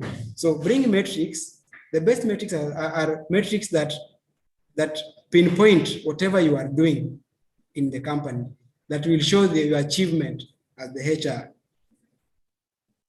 Yes, there is the second question. I hope you have exhausted the answer to that. The second question is analytics to measure accounts and admin departments. What are the metrics for measuring accounts and the admin departments? Accounts department. Yeah, and admin. Maybe we can go to admin because we are not accountants. Okay, administration side. You see, administration combines so many things depending on the company structure, how it is structured. But if your company has got expatriates which fall under that, you always want to see how many expatriates do we have in our company and at what level. Yeah, this then will help you with the understudies. The government only issues work permits for 2 years. We need to get someone to gather the skills. So you also want to look into it so that don't fall prey to the government, so that they come in and say that you have too many expatriates. Why? Yeah. The administration side also, we have got things to do with now the cost of recruitment. Yeah, we are having the cost per employee in terms of training. But again, it also depends. The payroll cost also falls under administration. The attendance reports, the one that you want to give out, the number of absent days, absenteeism, leave, all these are under administration side. So when we move down, I'm still not done. When we move down to fixed overheads as area of concern, we also see some of the few things that we can look into in the administration part of HR. So I believe that one, when we move down, we'll also cover them. Thank you. So, but for accountants have got their own ratios, liquidity ratio. Yeah, they also have their own ratio that they track. So you need to get to accounts department, ask them of their ratios that show that they are performing. Yeah. Thank you very much, Nelson. We can proceed. So we are saying that we're just concluding, and we're saying that our HR department here for this company only has to do some few things. One, we set our KPI for this year, key performance indicator, that we are going to increase employee satisfaction by 20%. In return, by doing that, we're saying that we also want to reduce our employee turnover to 33% from around to 33% thereabout, or 31%. Yeah. So, and then all this, if you achieve KPI number 1 and KPI number 2, then the overall company will also see a success in terms of customer satisfaction. So what we need to do every day as HR is that we need to develop specific metrics. What we'll always measure, we need to see how are we going to measure this employee satisfaction? Are we going to do a survey every month or every quarter or every half year? Or we only do it once at the end of the year? Yeah, to collect that number. Or in terms of employee turnover, are we going to do it every month or every quarter and that and that? So how do we track this? We have a way of tracking. So tracking and monitoring here, we mean our initiative that we put in place. We say that we are going to change our working conditions for the betterment of employee satisfaction. Are they really working? Yeah. So as you do monitoring and evaluation, you will be seeing where do I need to add some few things, where do I need to remove, these are not working, let me add this one, so that you can make changes as you move along. And then do a report. So reporting, this is where now HR needs to be very, very careful. HR reporting. So it depends who are you reporting to. Are you reporting to your fellow managers? Are you reporting to your bosses, that is the executive committee or the directors of the company, or outsiders who want to pitch business with you? So in your report, you must make sure that your reports are linked to the company objectives. You say that the only way is that we have identified our KPI. So your KPI should always appear in your report every now and then when it's supposed to go to the board. So when doing a board paper, then you need to bring about to show that in the last quarter, the satisfaction was at 2.5. In now this quarter, the second quarter of 2021, we are at 2.7. Our target was 2.88. So there are some changes that we can see that we are going to achieve our 2.88 target in terms of employee satisfaction. So that is whatever we are going to report. Don't start reporting things that are not there for you, that will not bring in the management buy-in.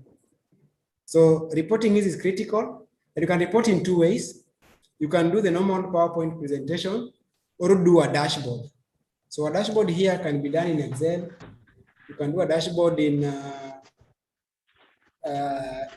Python. You can do a dashboard. There's one here that I'm forgetting that they always use. So you can do dashboards there. So Power BI app, where you only give access of a snapshot of whatever is there. Are we at 20%, 50%, and all that? So that will become your reporting. So I want us to look into analytical areas. Now now here, I'm just going to face it blindly, because what we've discussed is for your company, if you want to start doing something, then you can start from looking at the objectives. Let's say that you want to Nelson, do it now. let me cut you a little bit. Okay. Nelson, let me cut you. I want Catherine Wekesa to explain something so the host can unmute. Some of us do not know what you have written. Please go on air and tell us what it means. You are the specialist in operational science. Tell us what is the dashboard and Power BI.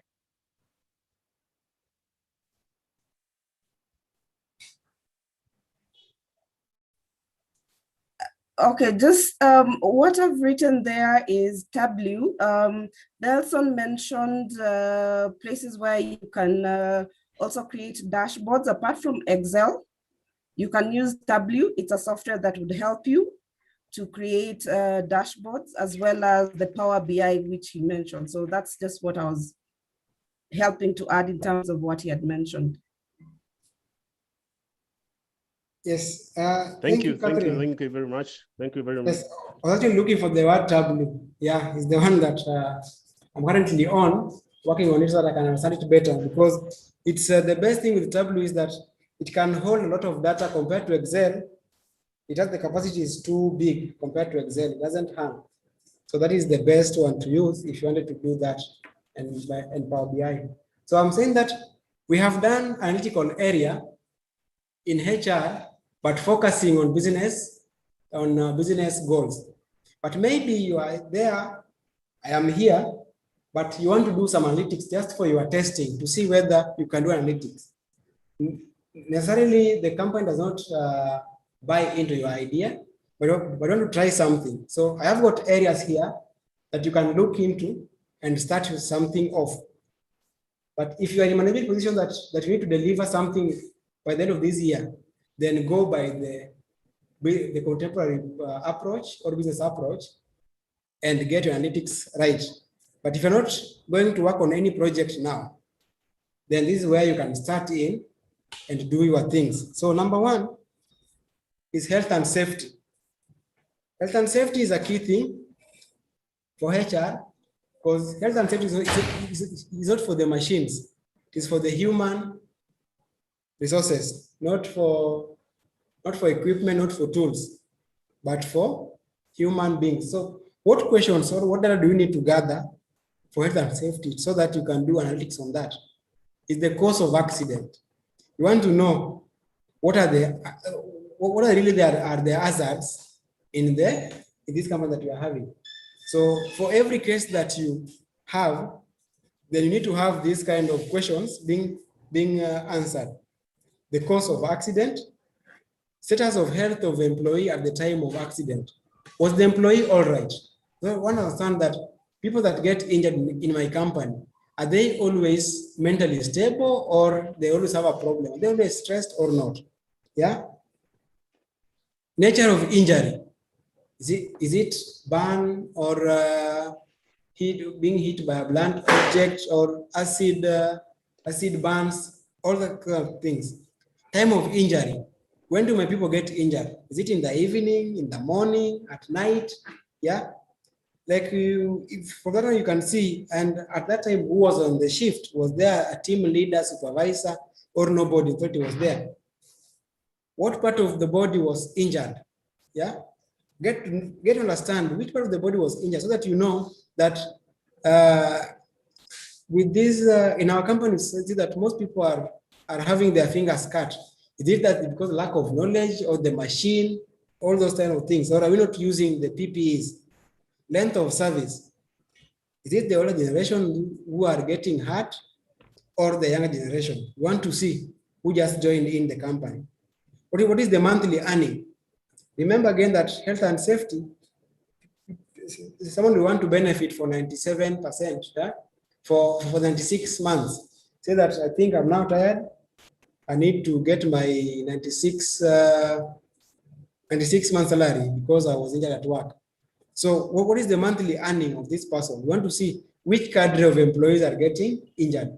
So once you have this data, you can now analyze this one and come up with a solution and say, in terms of health and safety, I have seen where we can make changes in our company. So this is one area that you can work on and come about and make an impact on. Because remember that health and safety is under Organizational Health and Safety Act, which you need to register your company, you need to have an insurance. Insurance are paid. And under insurance, we need also to pay the premium. So if you pay premiums, yeah, if you pay premiums for this year, 10,000, people get injured, they repay back up. If you pay premiums for 10,000 to cover 20,000, then you spend up to 15,000. Make sure that the next time you're going to pay premiums, they'll charge you higher because of the loss injuries that you have incurred. Yeah. So always strive to reduce the injuries at work. So if you do this kind of analytics, if you look at this kind of analytics, what you'll be doing is try to reduce number of accidents, promoting healthy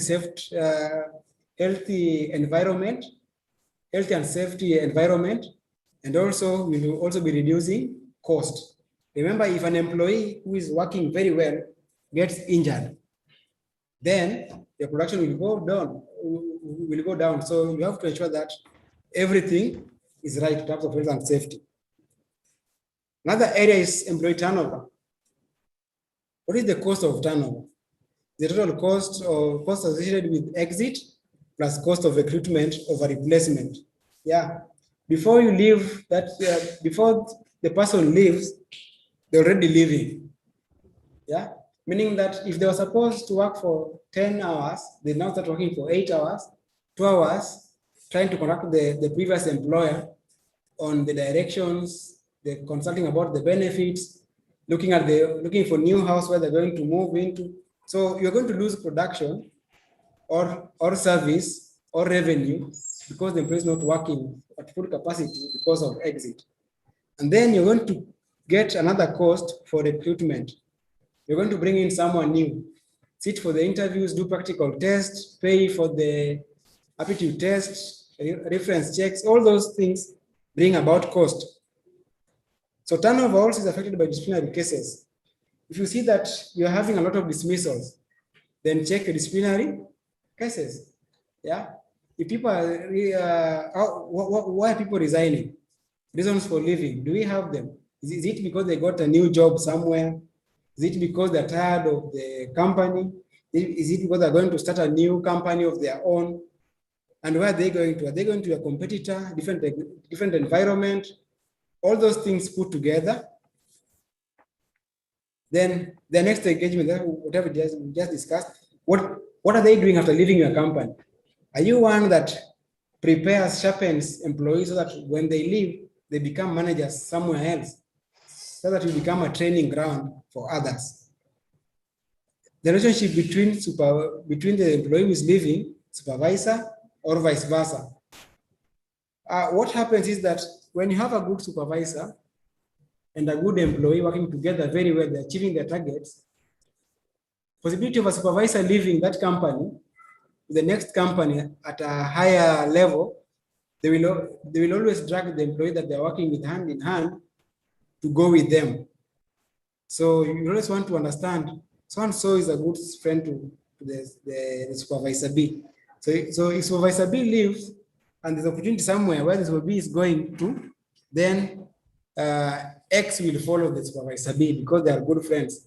The family issues that make someone resign to go and sit with the family, the age factor and the performance, all these put together will help you answer the turnover issue. We did not even mention here the satisfaction that we just done. So you can also work on this one as your area of assignment, that you come up with you look at your company, gather the data and analyze to see what are the reasons and prescribe. Nelson, hold on to that thought. We have 3 questions. What is the risk of creating a customized workplace using analytics? Then the second question, what is the risk of creating a customized workplace using analytics? I think the question could be customized analytics, maybe using Excel or something. Okay. Okay. Then the second question. The second question is when you have very many metrics, too many metrics on the dashboard, how do you deal with this? Because sometimes we have voluntary exits and involuntary exits. So how do you deal with this problem of too many variables on the dashboard? Okay. So for the first one, if you customize, then it will make your work easier.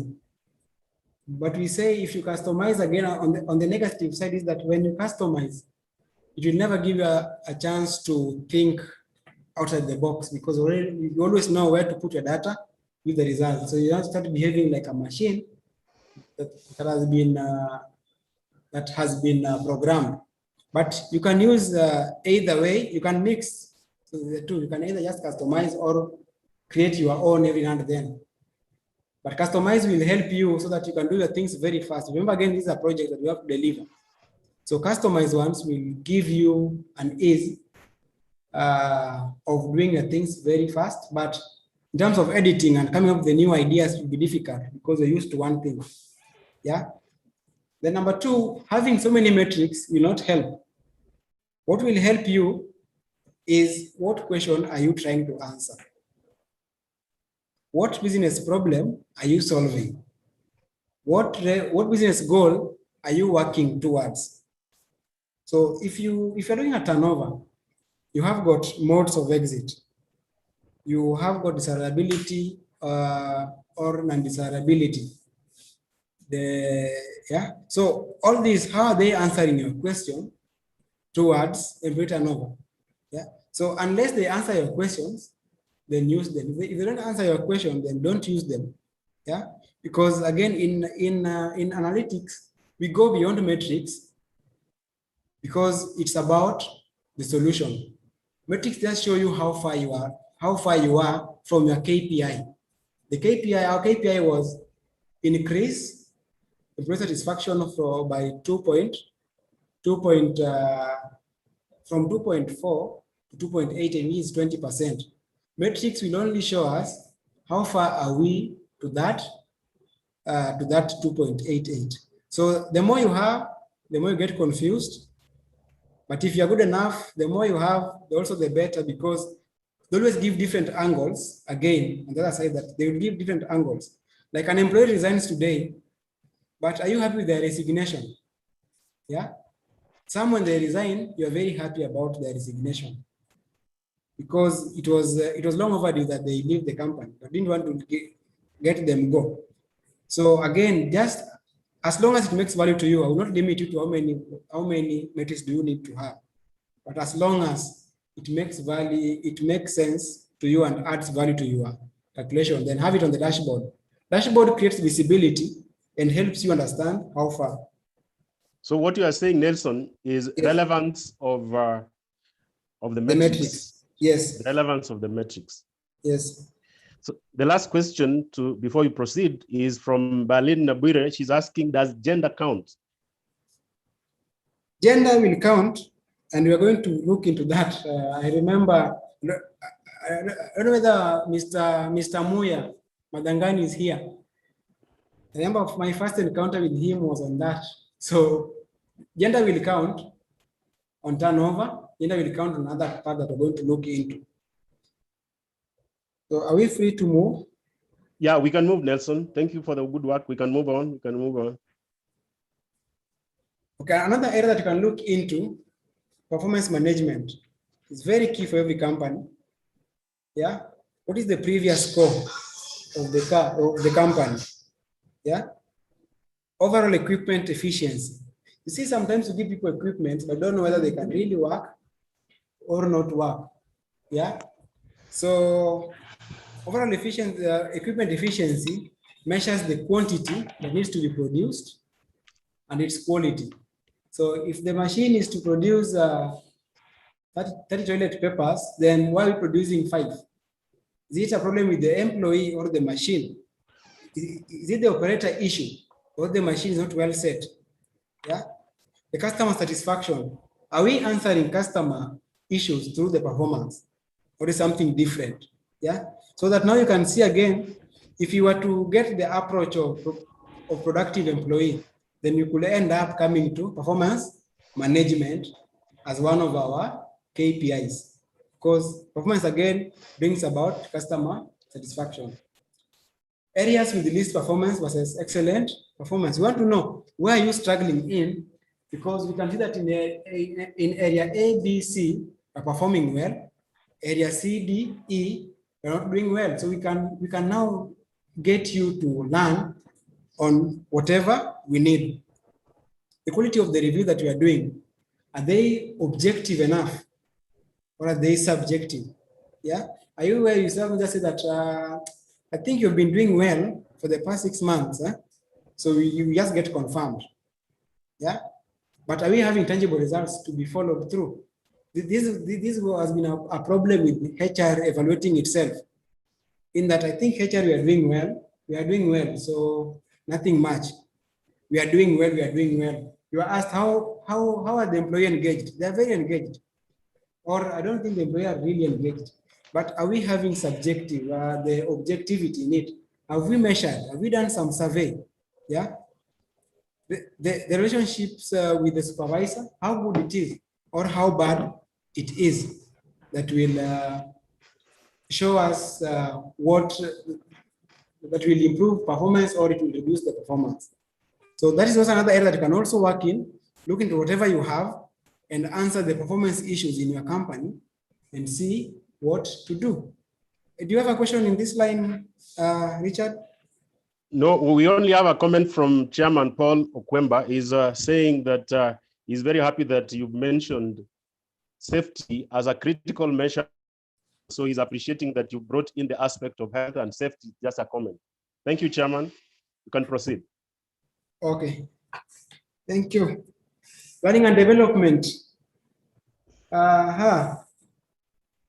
Now, learning and development, want to see the reaction of the employee. This is just the normal feeling of the employee about the product you have. Learning and development, you come up with different programs to improve performance, to improve capabilities within your company, trainings, you do go for benchmarkings.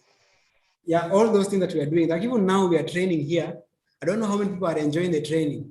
Yeah. So if I wanted to know, I will do a reaction survey, a level 1 survey to see what is your feeling about the trainer.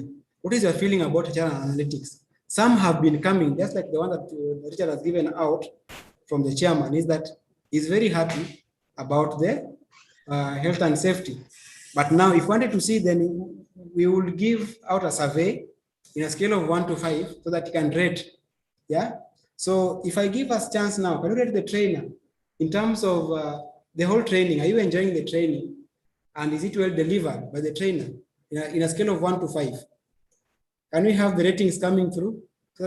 I want my deposit the rating, the metrics for Nelson. Yes, I want my ratings here and now so that I go in peace. 5 from Victoria, Robert 5, 5, 5, 5, 4 from John, 5, 5, 5, 5, 4, 5, 4. Okay. 5, 4. That is enough. That is enough. Okay, so yes.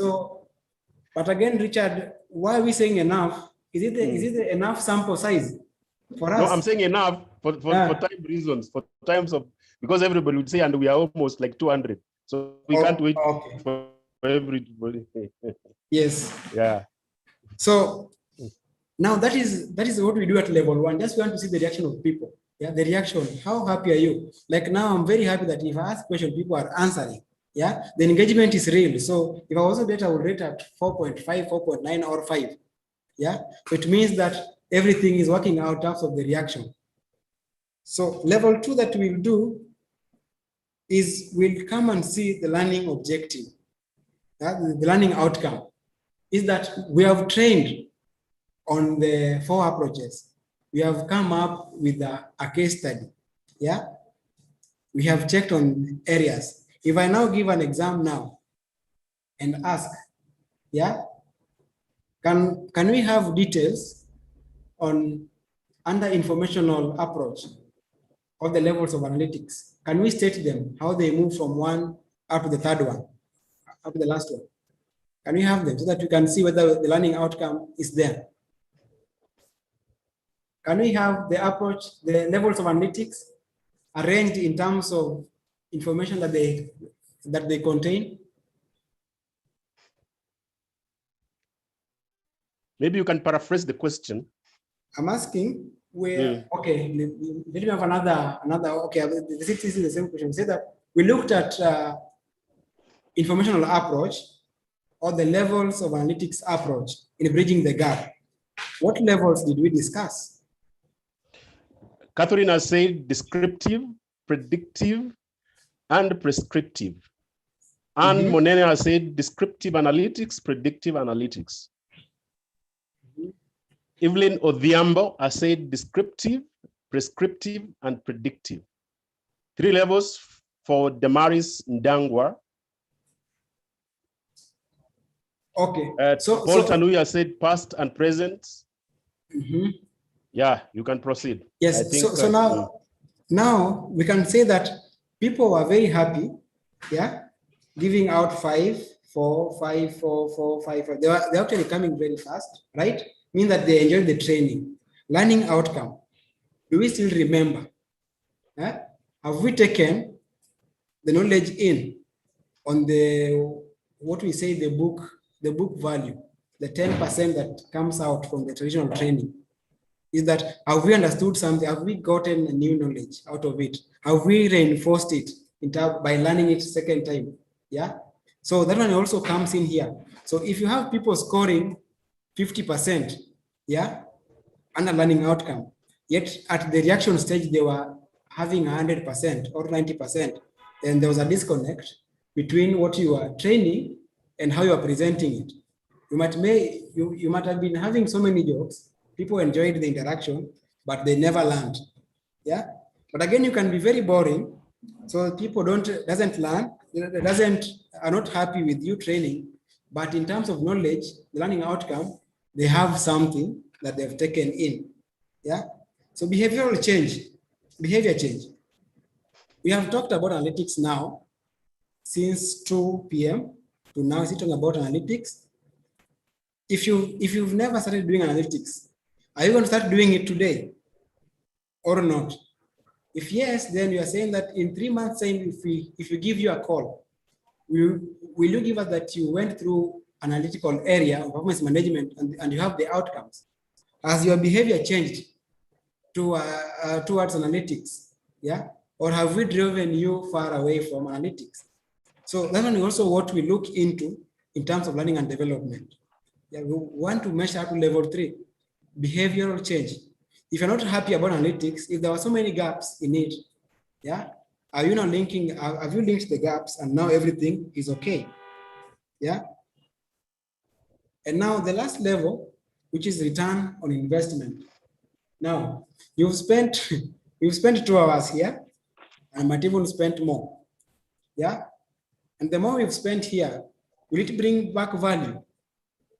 Yeah. Whatever you spent now, look at if you are someone who was being paid per hour for working, how much have you spent today sitting here for 3 hours? Yeah. Are you going to change this one? Are you going to change the learning that you have here? Is the behavioral change the learning outcome? Will it give you more money than the much that you've spent here?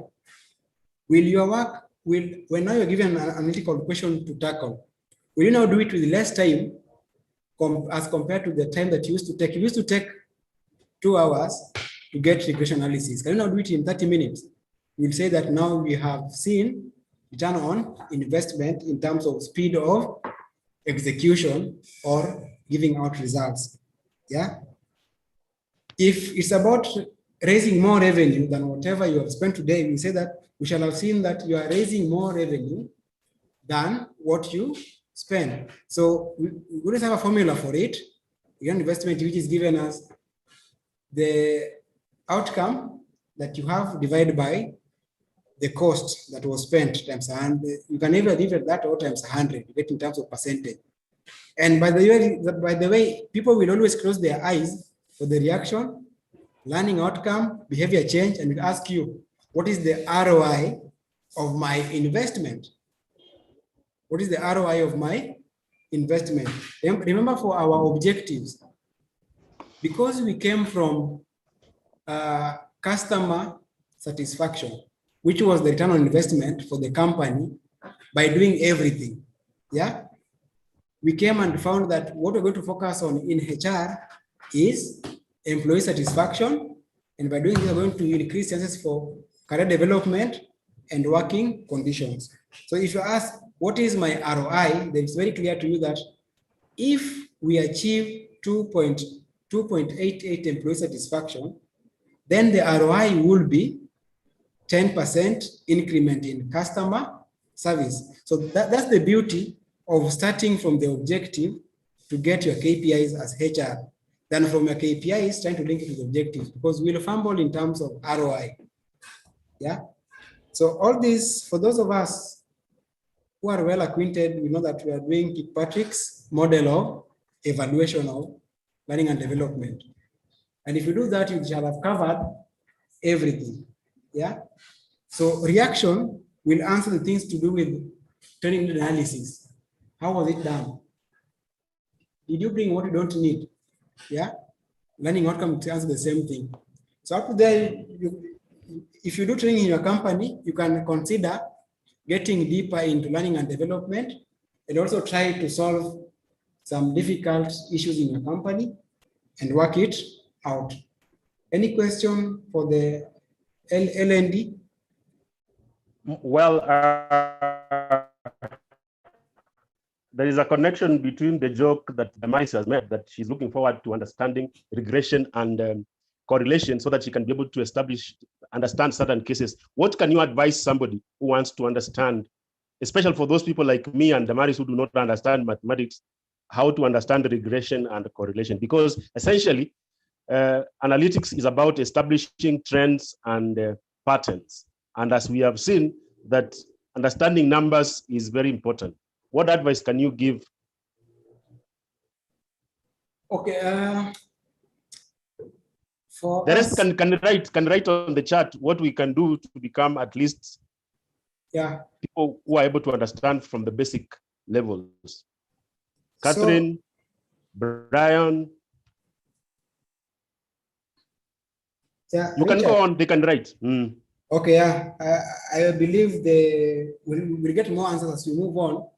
But you know that we say that analytics, just the way we put it, is about patterns, about trends, about relationships, where we come up with the correlation and regression. And we say that one of the ways of linking the gaps is through basic arithmetic and statistics, which all these two falls under. So it's much of learning that needs to be done. We must understand the two, regression and correlation.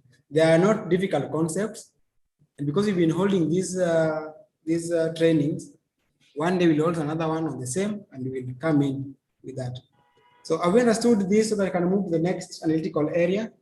Before you move, there is the last question. Can the balance scorecard be considered as part of analytics in performance management? Can the balance scorecard be considered as part of analytics in performance management? Okay, balance scorecard is just used for reviewing the performance. So it will give us the data. It will only give the data that comes, that is just a data collection tool. As you evaluate your performance, you evaluate that data in that balance scorecard. So we'll use that data for analytics. Okay, we can proceed. Okay, this is number 5, the talent acquisition. And this is we call them the marketers in HR, the ones who make you join a company without you wanting to join the company, because they make the company look very nice for you before you join it, and you feel comfortable as an employee, before you join the company.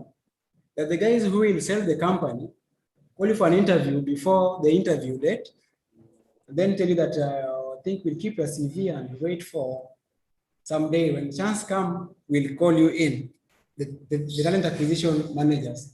So what do they do? They do identification.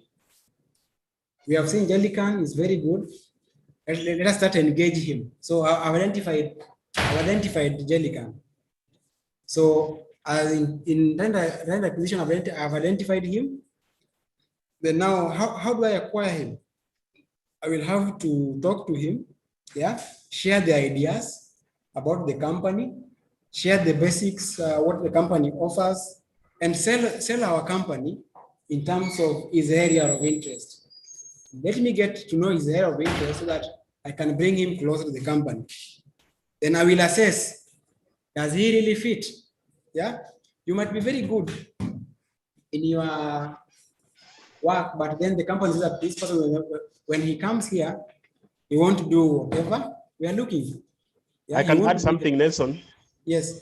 What you're trying to say in assessment, you can say you can get somebody who is at genius level in terms of his academic accomplishment, but his emotional intelligence is rotten. Yes. All right, you can proceed. I was just adding something on assessment. And maybe sometimes, Jellican, you might find someone too good for your company.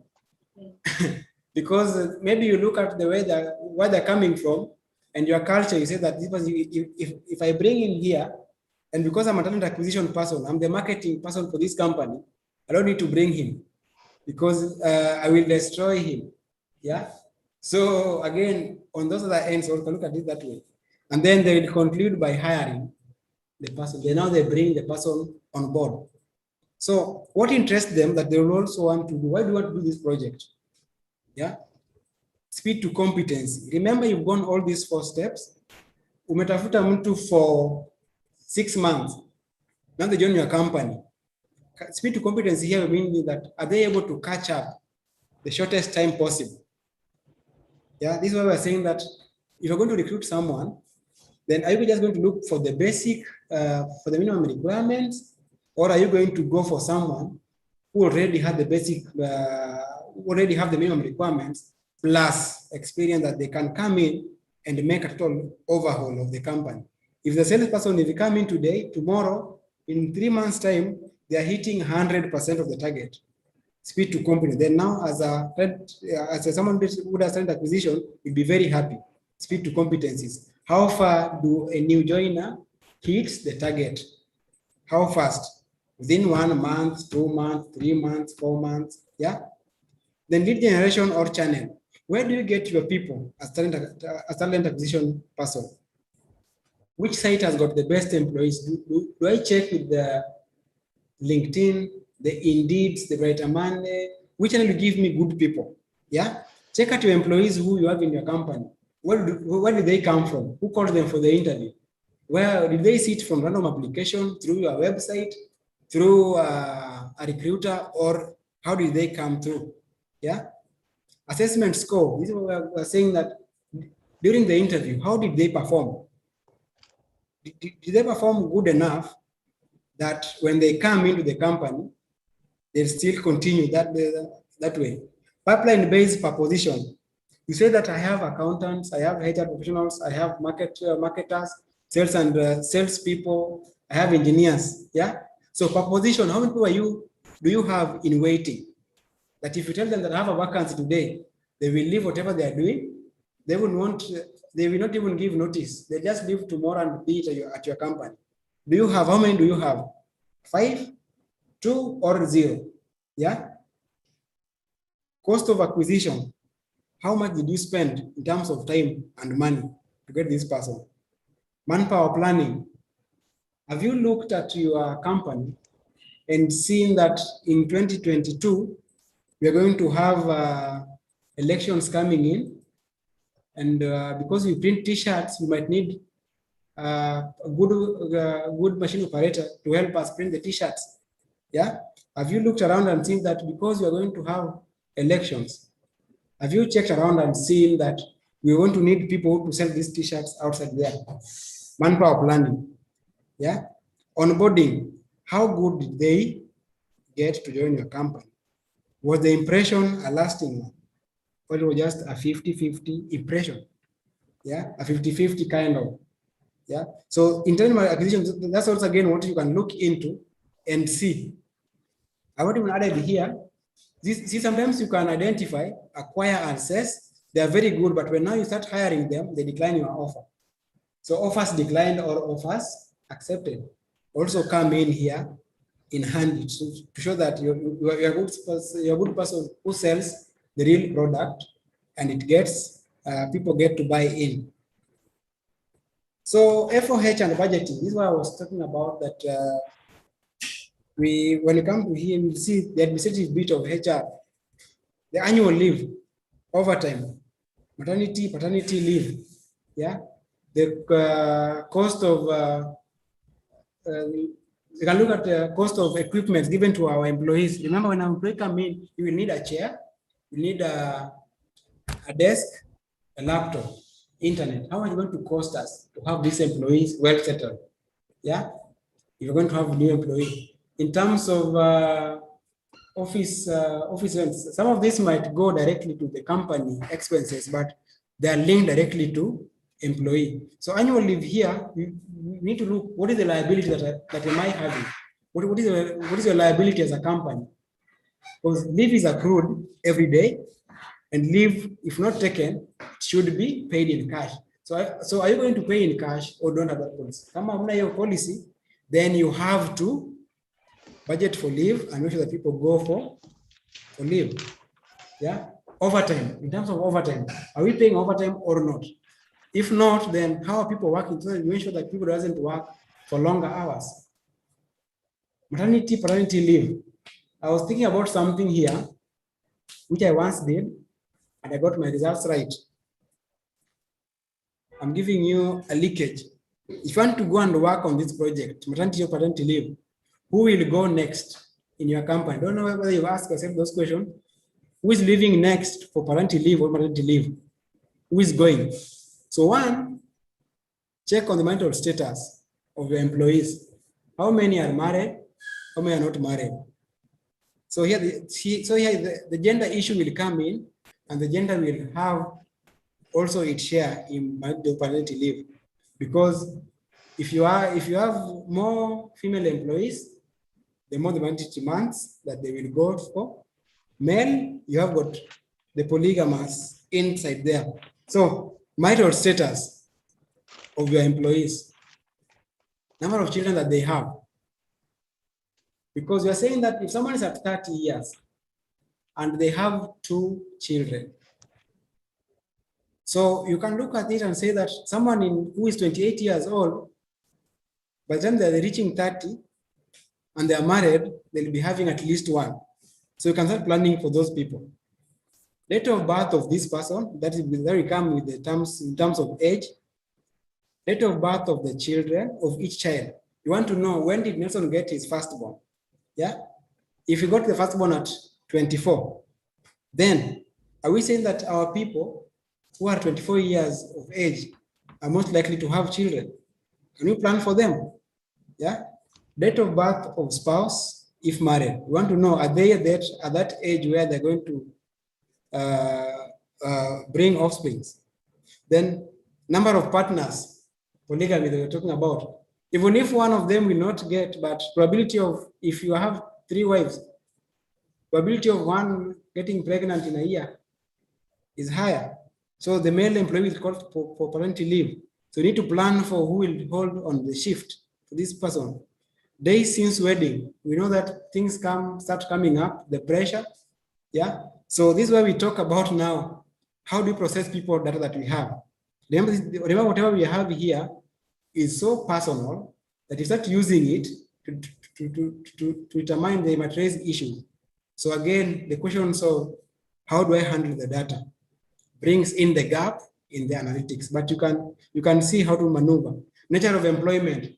Someone who is a casual might not be more comfortable getting 4th born than someone who's permanent in their role and they're comfortable in their roles. Yeah. So if you gather this data, all of it, you can do correlation and regression and see amongst the employees who are they that are almost going for maternity or paternity leave. So Jellican, that one up to the 6. So I want us to tell every person of us can pick one area, and I would advise, yeah, if your company or if you've never done any of this, you can start somewhere. Or if you have been doing it and not as per whatever we have explained, then can you pick on one project and do? Yeah, that's one. Number 2, if you are a HR who sits in the board, I've been doing board papers for some few, yeah, but then you don't have content. Then is it possible that now you start check on our case study? Can you look at your company's objectives, and we can walk through the objective for your company, and we can get you metrics to be measured, and then we can come up with the report that need to be shown, so that when it comes to your review as HR, you are very clear and you don't fumble around. So that let us pick one project here based on the areas, or based on our company, or based on our company objectives, then come up with a project and work on it to really help us to master this analytics thing, and we shall have bridged the gap in between. So Nelson, what we've done here, yes. Roberto Omondi Odhiambo has given something that I could need somebody, okay, everybody actually to take a pen and write. He has really summed up very well, and I'm going to read. All right, for purposeful analytics, frame the business question. That is 1. 2, build the hypothesis. 3, gather data. 4, conduct analysis. Then reveal insights. Then lastly, determine recommendations, get your point across, and implement and evaluate. I don't know if I should repeat. I should repeat. For purposeful analytics, frame the business question, build hypotheses, gather data, conduct analysis, reveal insights, determine recommendations, get your point across, and implement and evaluate. You can proceed. Thanks to Robert. It's just he has summarized the analytical process, which if you look at it keenly, you can also slot in whatever we did in our case study to fit in there, where we asked ourselves the HR processes that will come in through. We're asking those logical questions that we asked ourselves. We did go through question and answer throughout, and we came up data collection and all that. So thank you, Robert, for summarizing it. And Jelican, I would want to put an end up to that point and make my summary here. Is that when CEOs and CFOs and sales and marketing managers talk, conversation is based on solid data. Most HR conversations, however, is merely subjective. We are doing fine with the employees. The employees are doing okay. They are happy about the employment status, but how happy are they? Where is the data? So thanks to data analytics, we HRPs are able to spot trends, make predictions, create a roadmap to succeed, and finally have conversations in the boardrooms based on solid data. So that's all. If we link the gap, then we have ourselves someone that we can speak and we become objective enough. You're done? Yes, I'm done. All right, now there are questions. There is Paul Tanui who is asking, can offboarding fall into talent acquisition metrics? Okay, onboarding itself is just a process. And there are some small things inside it that also will make us say that the onboarding was okay or not. The onboarding itself involved that when the employee comes, how did you welcome the employee from the gate? Yeah, did we have his seat ready, the computers ready, and all that?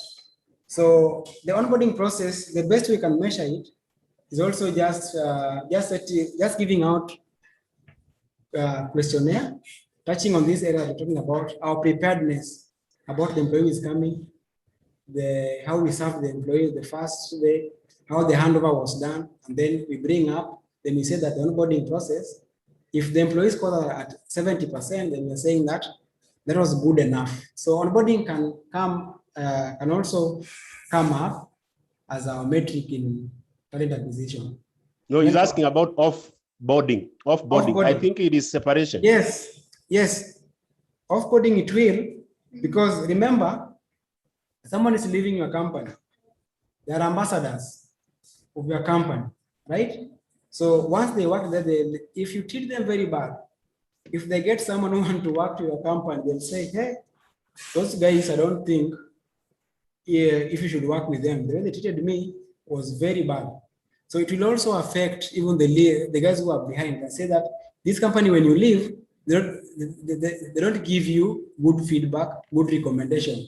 So how you treat them at their last day will also affect the others who are remaining and will affect those who are to come. So if you are a person who does talent acquisition, remember that you are the marketer, yeah, of the company in terms of getting in the people to come and work to your company. So make sure that all processes that are done for an employee, even when they are leaving, are good, so that when you go to the market, they don't ask you. By the way, I've heard they don't give recommendation to employees. you see that one will also affect your acquisition techniques or quality of your acquisition. So it is one of the matters that we can look into in offboarding. Samuel Mwangi is asking, do the new data protection regulations have any implication on how we do HR analytics? Yes, it will. But now at this point, if only you want to deal with data that is so personal, yeah? If you now go deeper and start using people genetics, you want to start using people's identity, fingerprints, and all that. So have they signed up that they're going to give you their fingerprints? Have they signed up for the DNA test that you're going to look into? Because if you want to go to health and safety, see, health and safety requires that when someone comes in the company, we need to do the first medical test to see how the employee is. Are they physically fit? Is there any complication? No.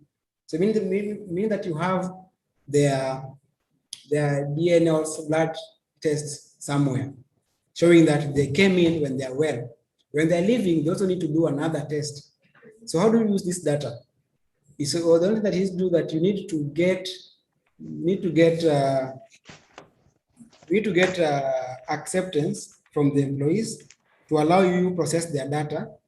You have to tell them they're going to process the data to do this 1, 2, 3 things. So I believe that every company now should have data processing policy or data management for their employees, so that the employees get to agree that the data can be used. Remember, people do aptitude test. Aptitude test gives about our emotions, emotional intelligence. You know what will make me sad. You know what will make me happy. So if you want to annoy me as my boss, you do something that will annoy me so that I can get annoyed, talk to you the way I want, because you know how aggressive I can be. So are you going to manipulate my data because you know that Nelson, if he's hungry because there's no food, you deny me food, I become angry with you, abuse you, then you fire me. So this data, the way we're going to use it, the protection, the law that you're having now protects the employees, and you need to have the employees' consent on data use. Thank you very much, Nelson. Before probably I give some chances to 1 or 2, 3 people to talk. Nicholas is asking, can we say that offboarding is the same as employee net promoter score? Employee net promoter score? Yeah. Okay. The one that deals with referrals. Yes, either way, because even the guys who are within the company can be promoters and can be destroyers. So either way, they can be used. Okay, all right. Yes. All right, as we come close to our fantastic, engrossing, and thorough presentation, I'll give Edith, not Edith, before Edith, I'll briefly welcome the chairman for Mount Kenya chapter to say something. Paul Okwemba, you can unmute yourself and say something.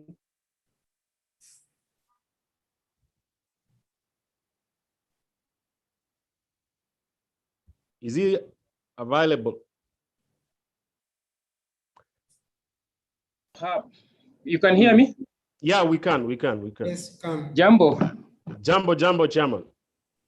My first appreciation is the speaker, and of course yourself, for making sure that this is flowing very well. Hello, you can hear me? Yeah, Yes. clear, Yes, loud and clear. We should take you to KBC and do broadcasting. My appreciation to you, Richard, for making sure that this is flowing very well. And my next appreciation is to Nelson for demonstrating a deep understanding of the subject. I think he's just helped me to understand that undertaking HR analytics requires somebody to have deep knowledge on HR administration, HR strategy, and all other aspects that are critical for running an effective HR operation. I think there is a lot to learn from this. And of course, we are challenged that we have only scratched the surface as far as making use of HR analytics. There's a lot that analytics can do for us. And I want to thank also the chairman of Nairobi East South, Zipporah, and her team for coming up with such an insightful topic. I wouldn't want to bore anybody with any more, except to say that I have benefited so much, and I hope every other participant feels the same. Asante sana. Thank you, Chairman. Edith, you were meant to speak earlier, so you can say something before we give the Verio the last time to give us a vote of thanks. So Edith Karaoke, you're welcome. Okay, thank you very much, Coach Richie, for making this a wonderful experience.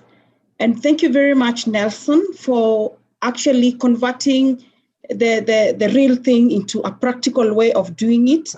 And I believe that the officials, when they came up with this, it is a way of making sure that we try to convert what we do every day and for it to make sense, and so that we can also win in the boardrooms, as he has expressed to us. And we hope that, Nelson, even as the team, you allow us to reach out on you, so that from the part and the areas that we were not able to understand, so that we can have an experience, maybe a practical experience with you. And thank you very much. And we appreciate everyone as officials of the branch. Thank you, Coach Richie. Thank you, Edith. Edith is the secretary of the branch. Right, Edith? Yes, thank you. Yeah. Now we can have Zeverio giving us the official thank you. Yes, thank you very much. Good evening, everyone. Good evening to you. Good evening to you. Yes. Much said by the chairman and Edith. I think mine will be only two few words. We never stop learning because the world never stopped teaching. Very great thank you to all the participants for attending this, because as well, if we didn't have any attendance, I think we wouldn't make the day successful. Lot of thanks to my colleagues and the panel who are making it this possible for this fun. And much more thank you to you, Richard. Good work, well done. I think when I grow up, I want to be like you. Also to our able Nelson, thank you very much for taking us through. We are now HR analysts, and I think for it being an afternoon, and we all have that mentality of the afternoon with the maths, and everybody participated. It's a very noble and good thing and gesture. To everyone, enjoy your evening, and thank you very much, and God bless you. Thank you. Thank you very much. Thank you. Thank you very much. I would like to appreciate the presenter. I would like to appreciate the people who attended this very emerging area of human resource management, because apparently it is the one that will take us to the boardroom as strategic thinkers. This has been your host, Richard J. Magoma, also Coach Richie, wishing you a very happy and joyful evening. Thank you very much. Peace. Now you can leave at your own pleasure, but those who could have tea like Catherine, you can stay and take virtual tea. Thank you, Richard. Stay safe. Thank you. Thank you, Coach Richie. We appreciate you for support. Thank you very much, Edith. Thank you very much. It has been wonderful. It has been wonderful. Yeah, wonderful experience, and also a way of practically doing it. Yeah. How I wish it was a normal classroom. We can make one week, once we kick COVID, we will make classes for this. Actually. We cannot just, Yeah, thank you so much and have a good evening. To you too, to you too, to you too.